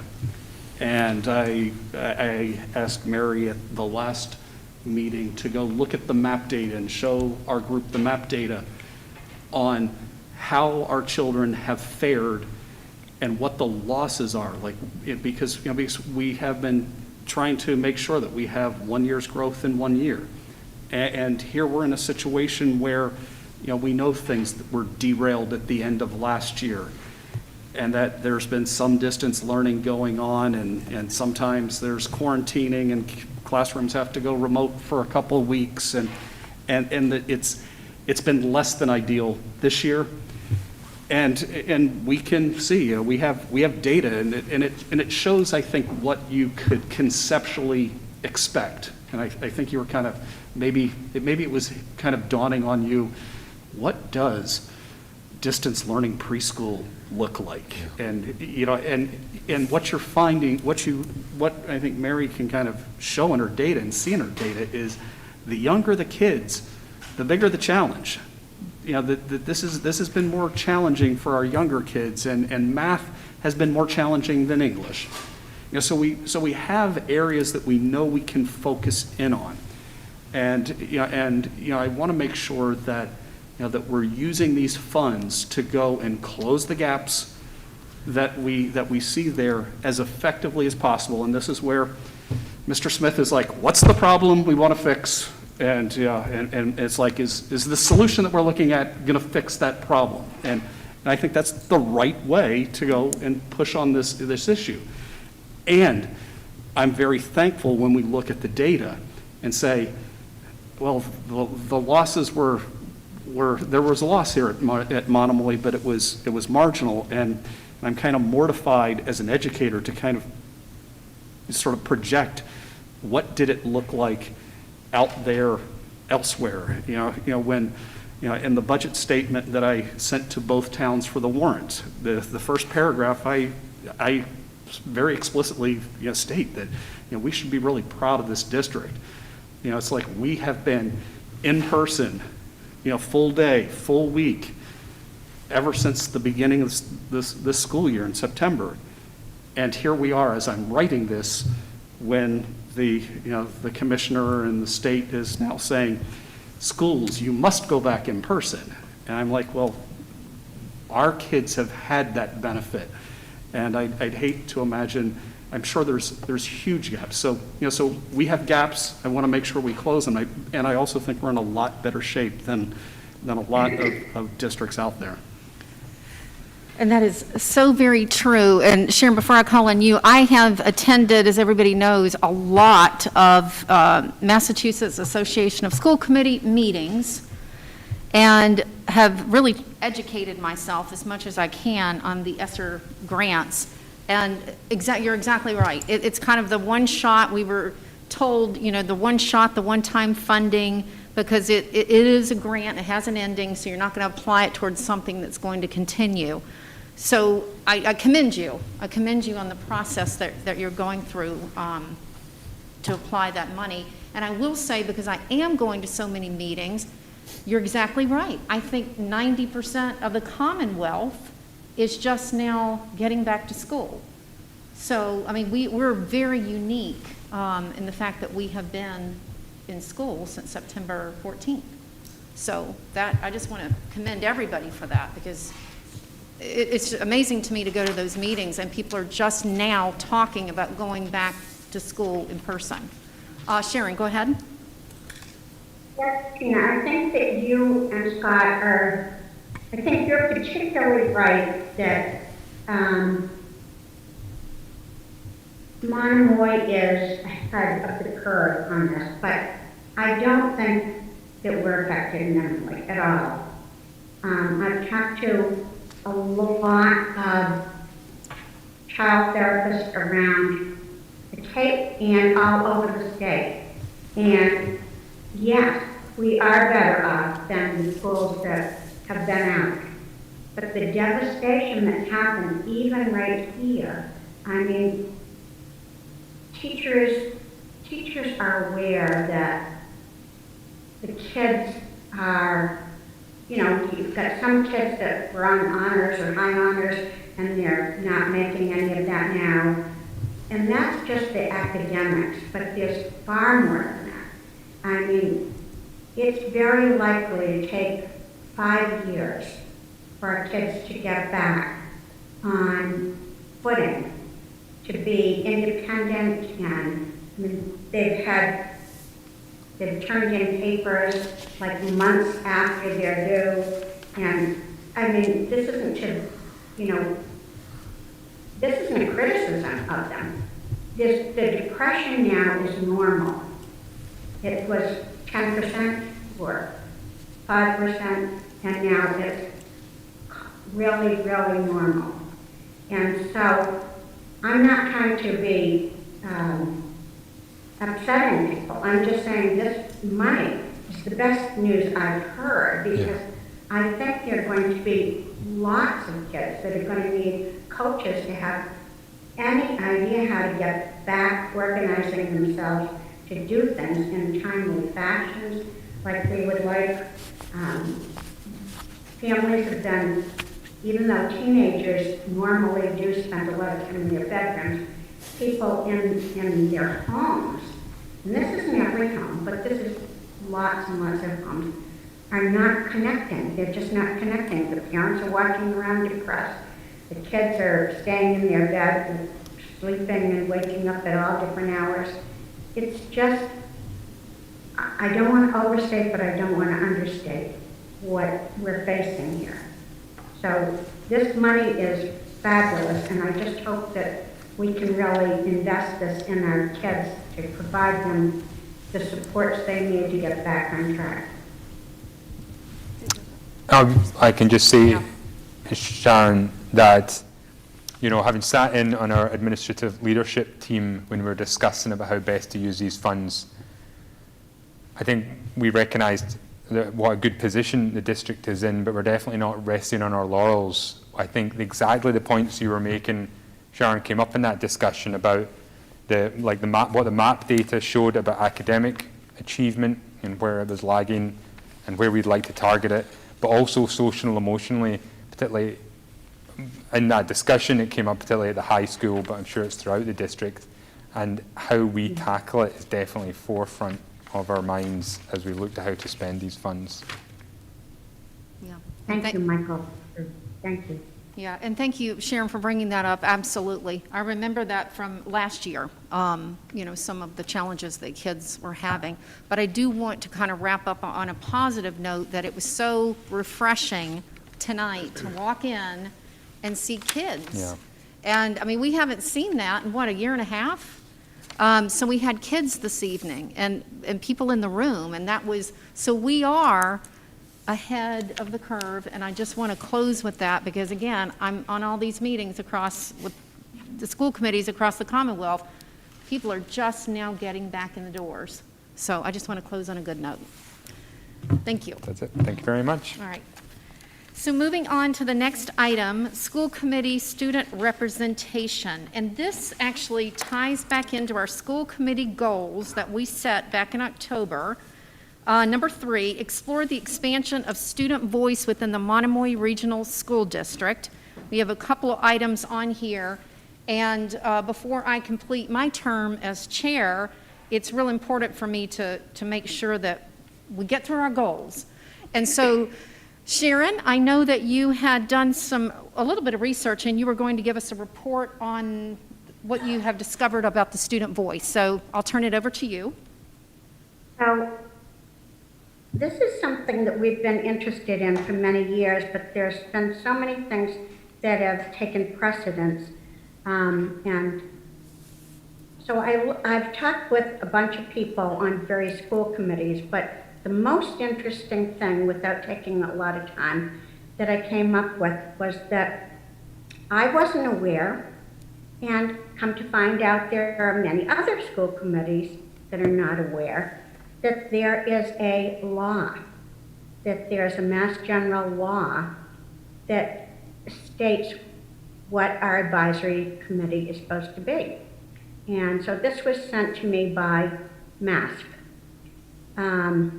Section 38M, school committees of cities, towns, and regional school district shall meet at least once a month or once every other month. Of course, we're way ahead of that. During the months school's in session, with the student advisory committee to consist of 5 members to be composed of students elected by the student body of the high school or high schools in each city or town or regional school district. The members of each student advisory committees shall by majority vote prior to the first day of June in each school year elect from their number a chairperson who will serve for a term of 1 year. Said chairperson shall be an ex officio, non-voting member of the school committee. So it's not to present like we are, it's to be there for the whole meeting without the right to attend executive sessions unless such right is expressly granted by the individual school committee.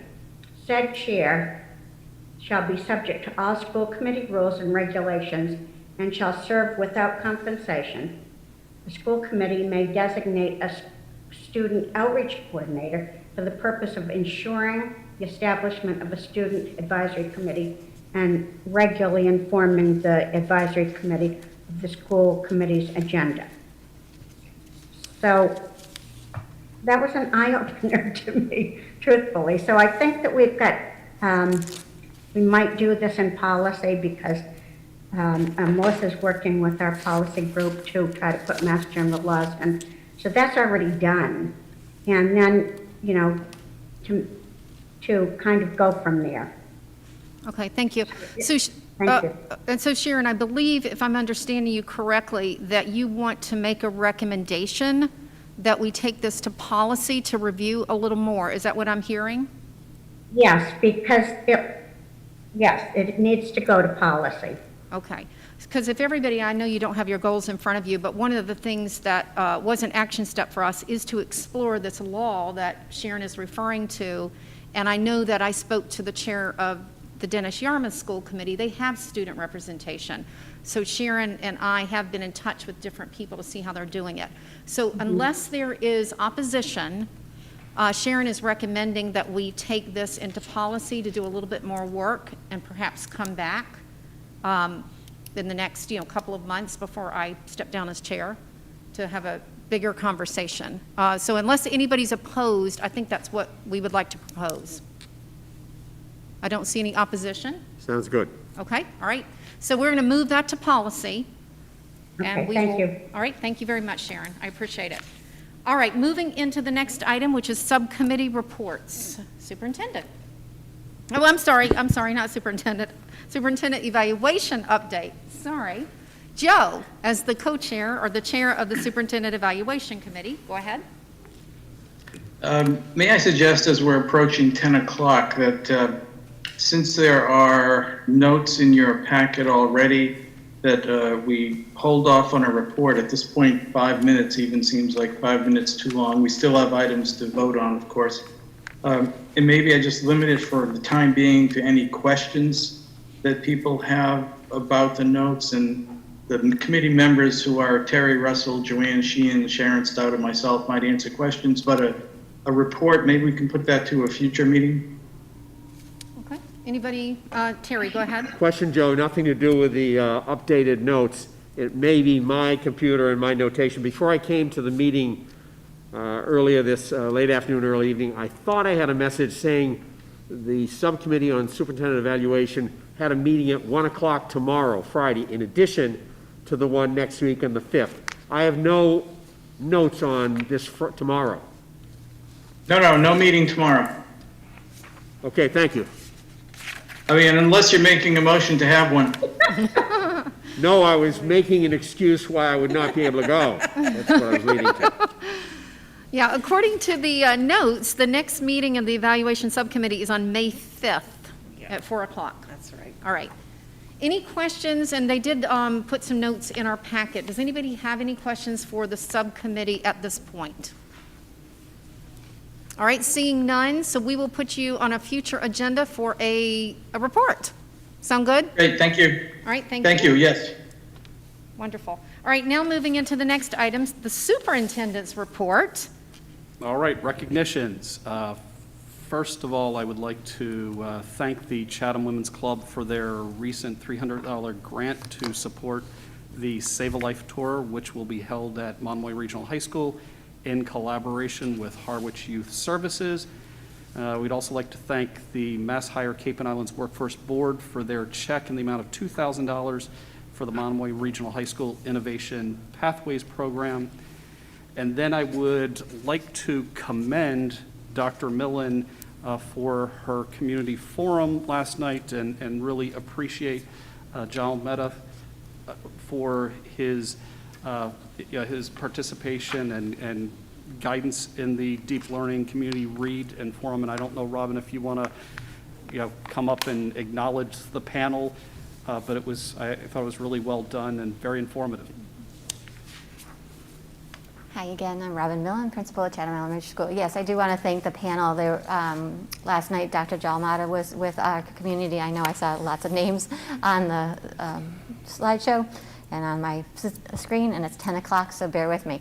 Taryn McEntee, a fourth grade teacher, was on the panel.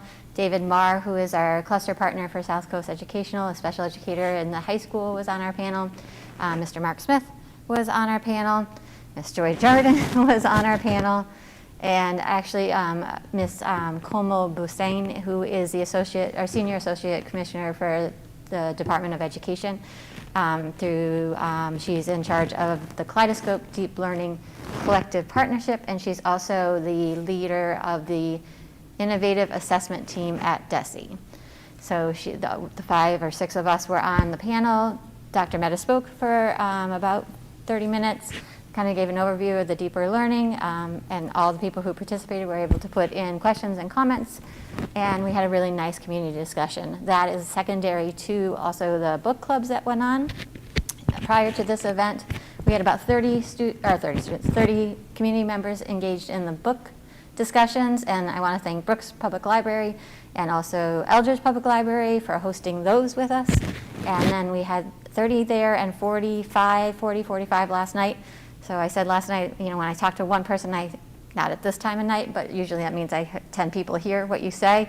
So I feel like we had 70 people engaged in this discussion, so 700 people heard what we had to say and had a nice discussion over it. So thank you.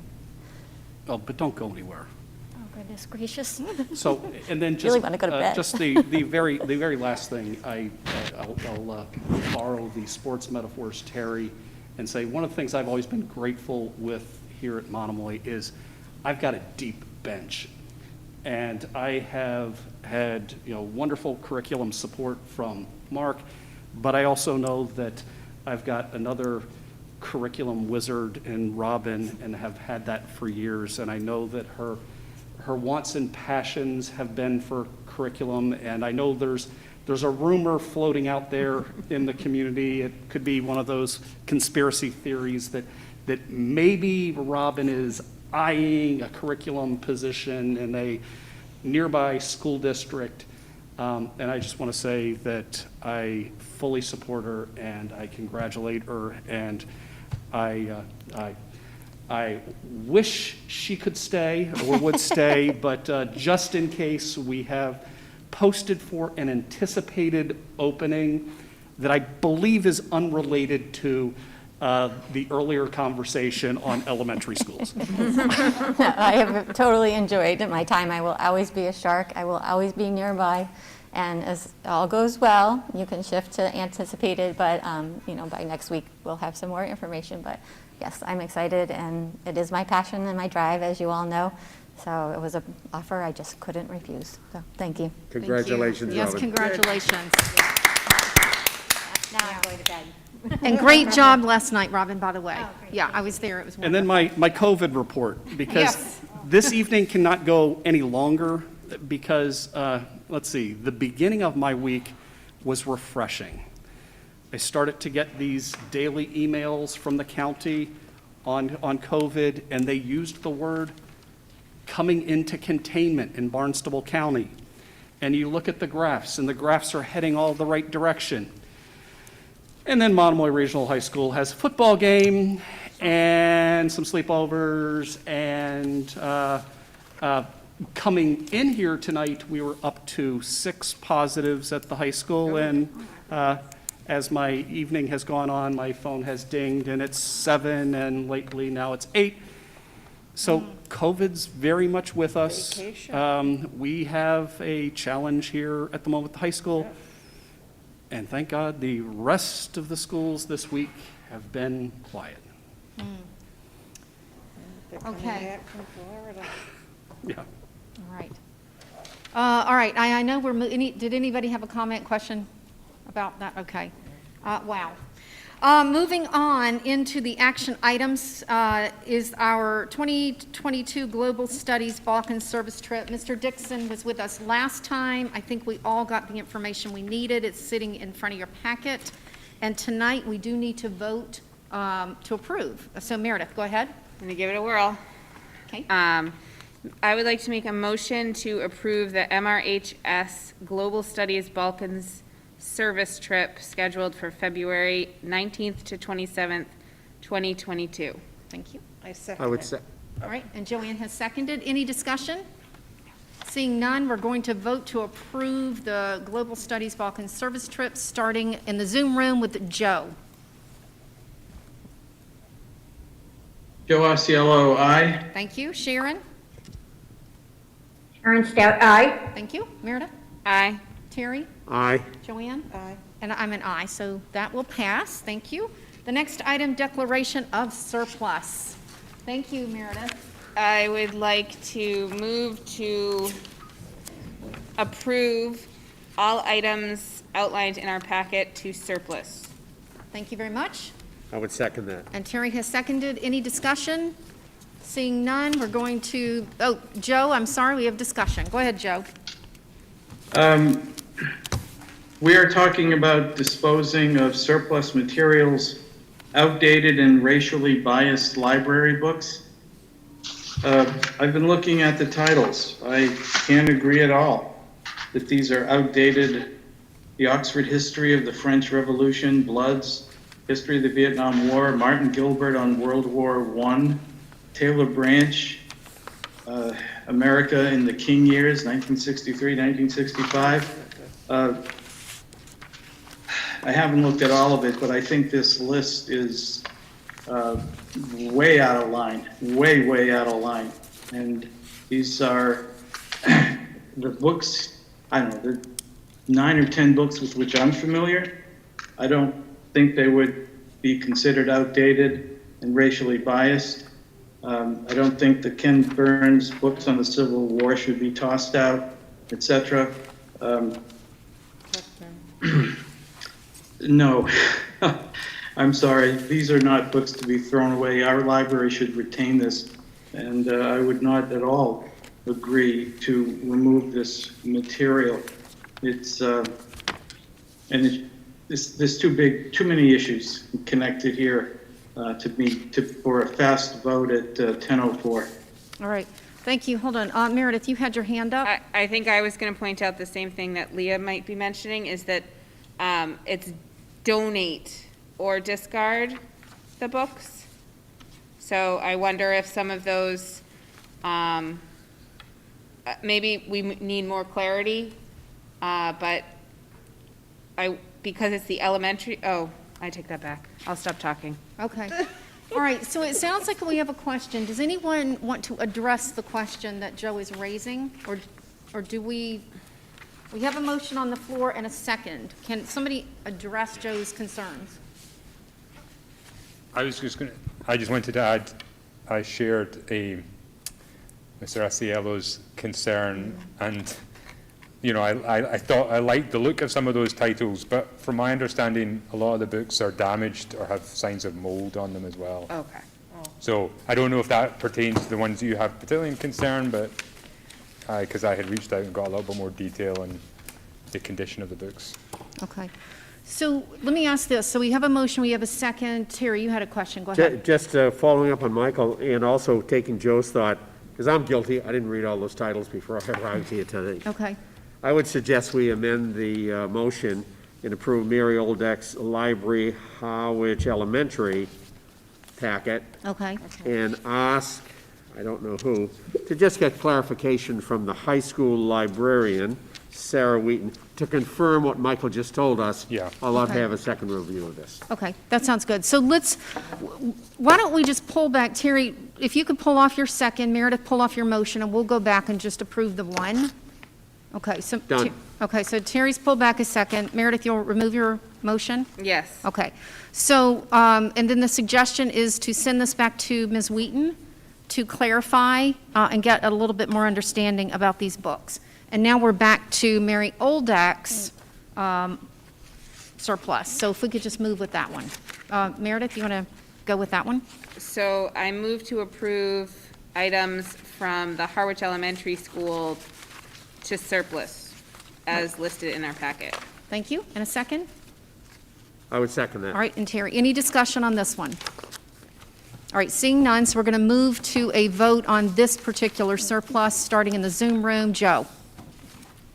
Aye to this particular surplus. Thank you. Sharon? Aye. Thank you. Meredith? Aye. Terry? Aye. Joanne? Aye. And I'm an aye, so that's unanimous, and we're going to send Ms. Wheaton's back and hopefully get some clarification. Presentation of warrants has been made. Could I have a motion to adjourn, please? So moved. All right, Joanne has moved, a second? Second. And Meredith has seconded. So motion to adjourn, starting with Joe. Aye. Thank you. Sharon? Aye. Thank you. Meredith? Aye. Terry? Aye. Joanne? Aye. And I'm an aye. Meeting has adjourned at 10:07 PM. We'll see you all in 2 weeks. And next week at the Community Forum. Have a good evening, all.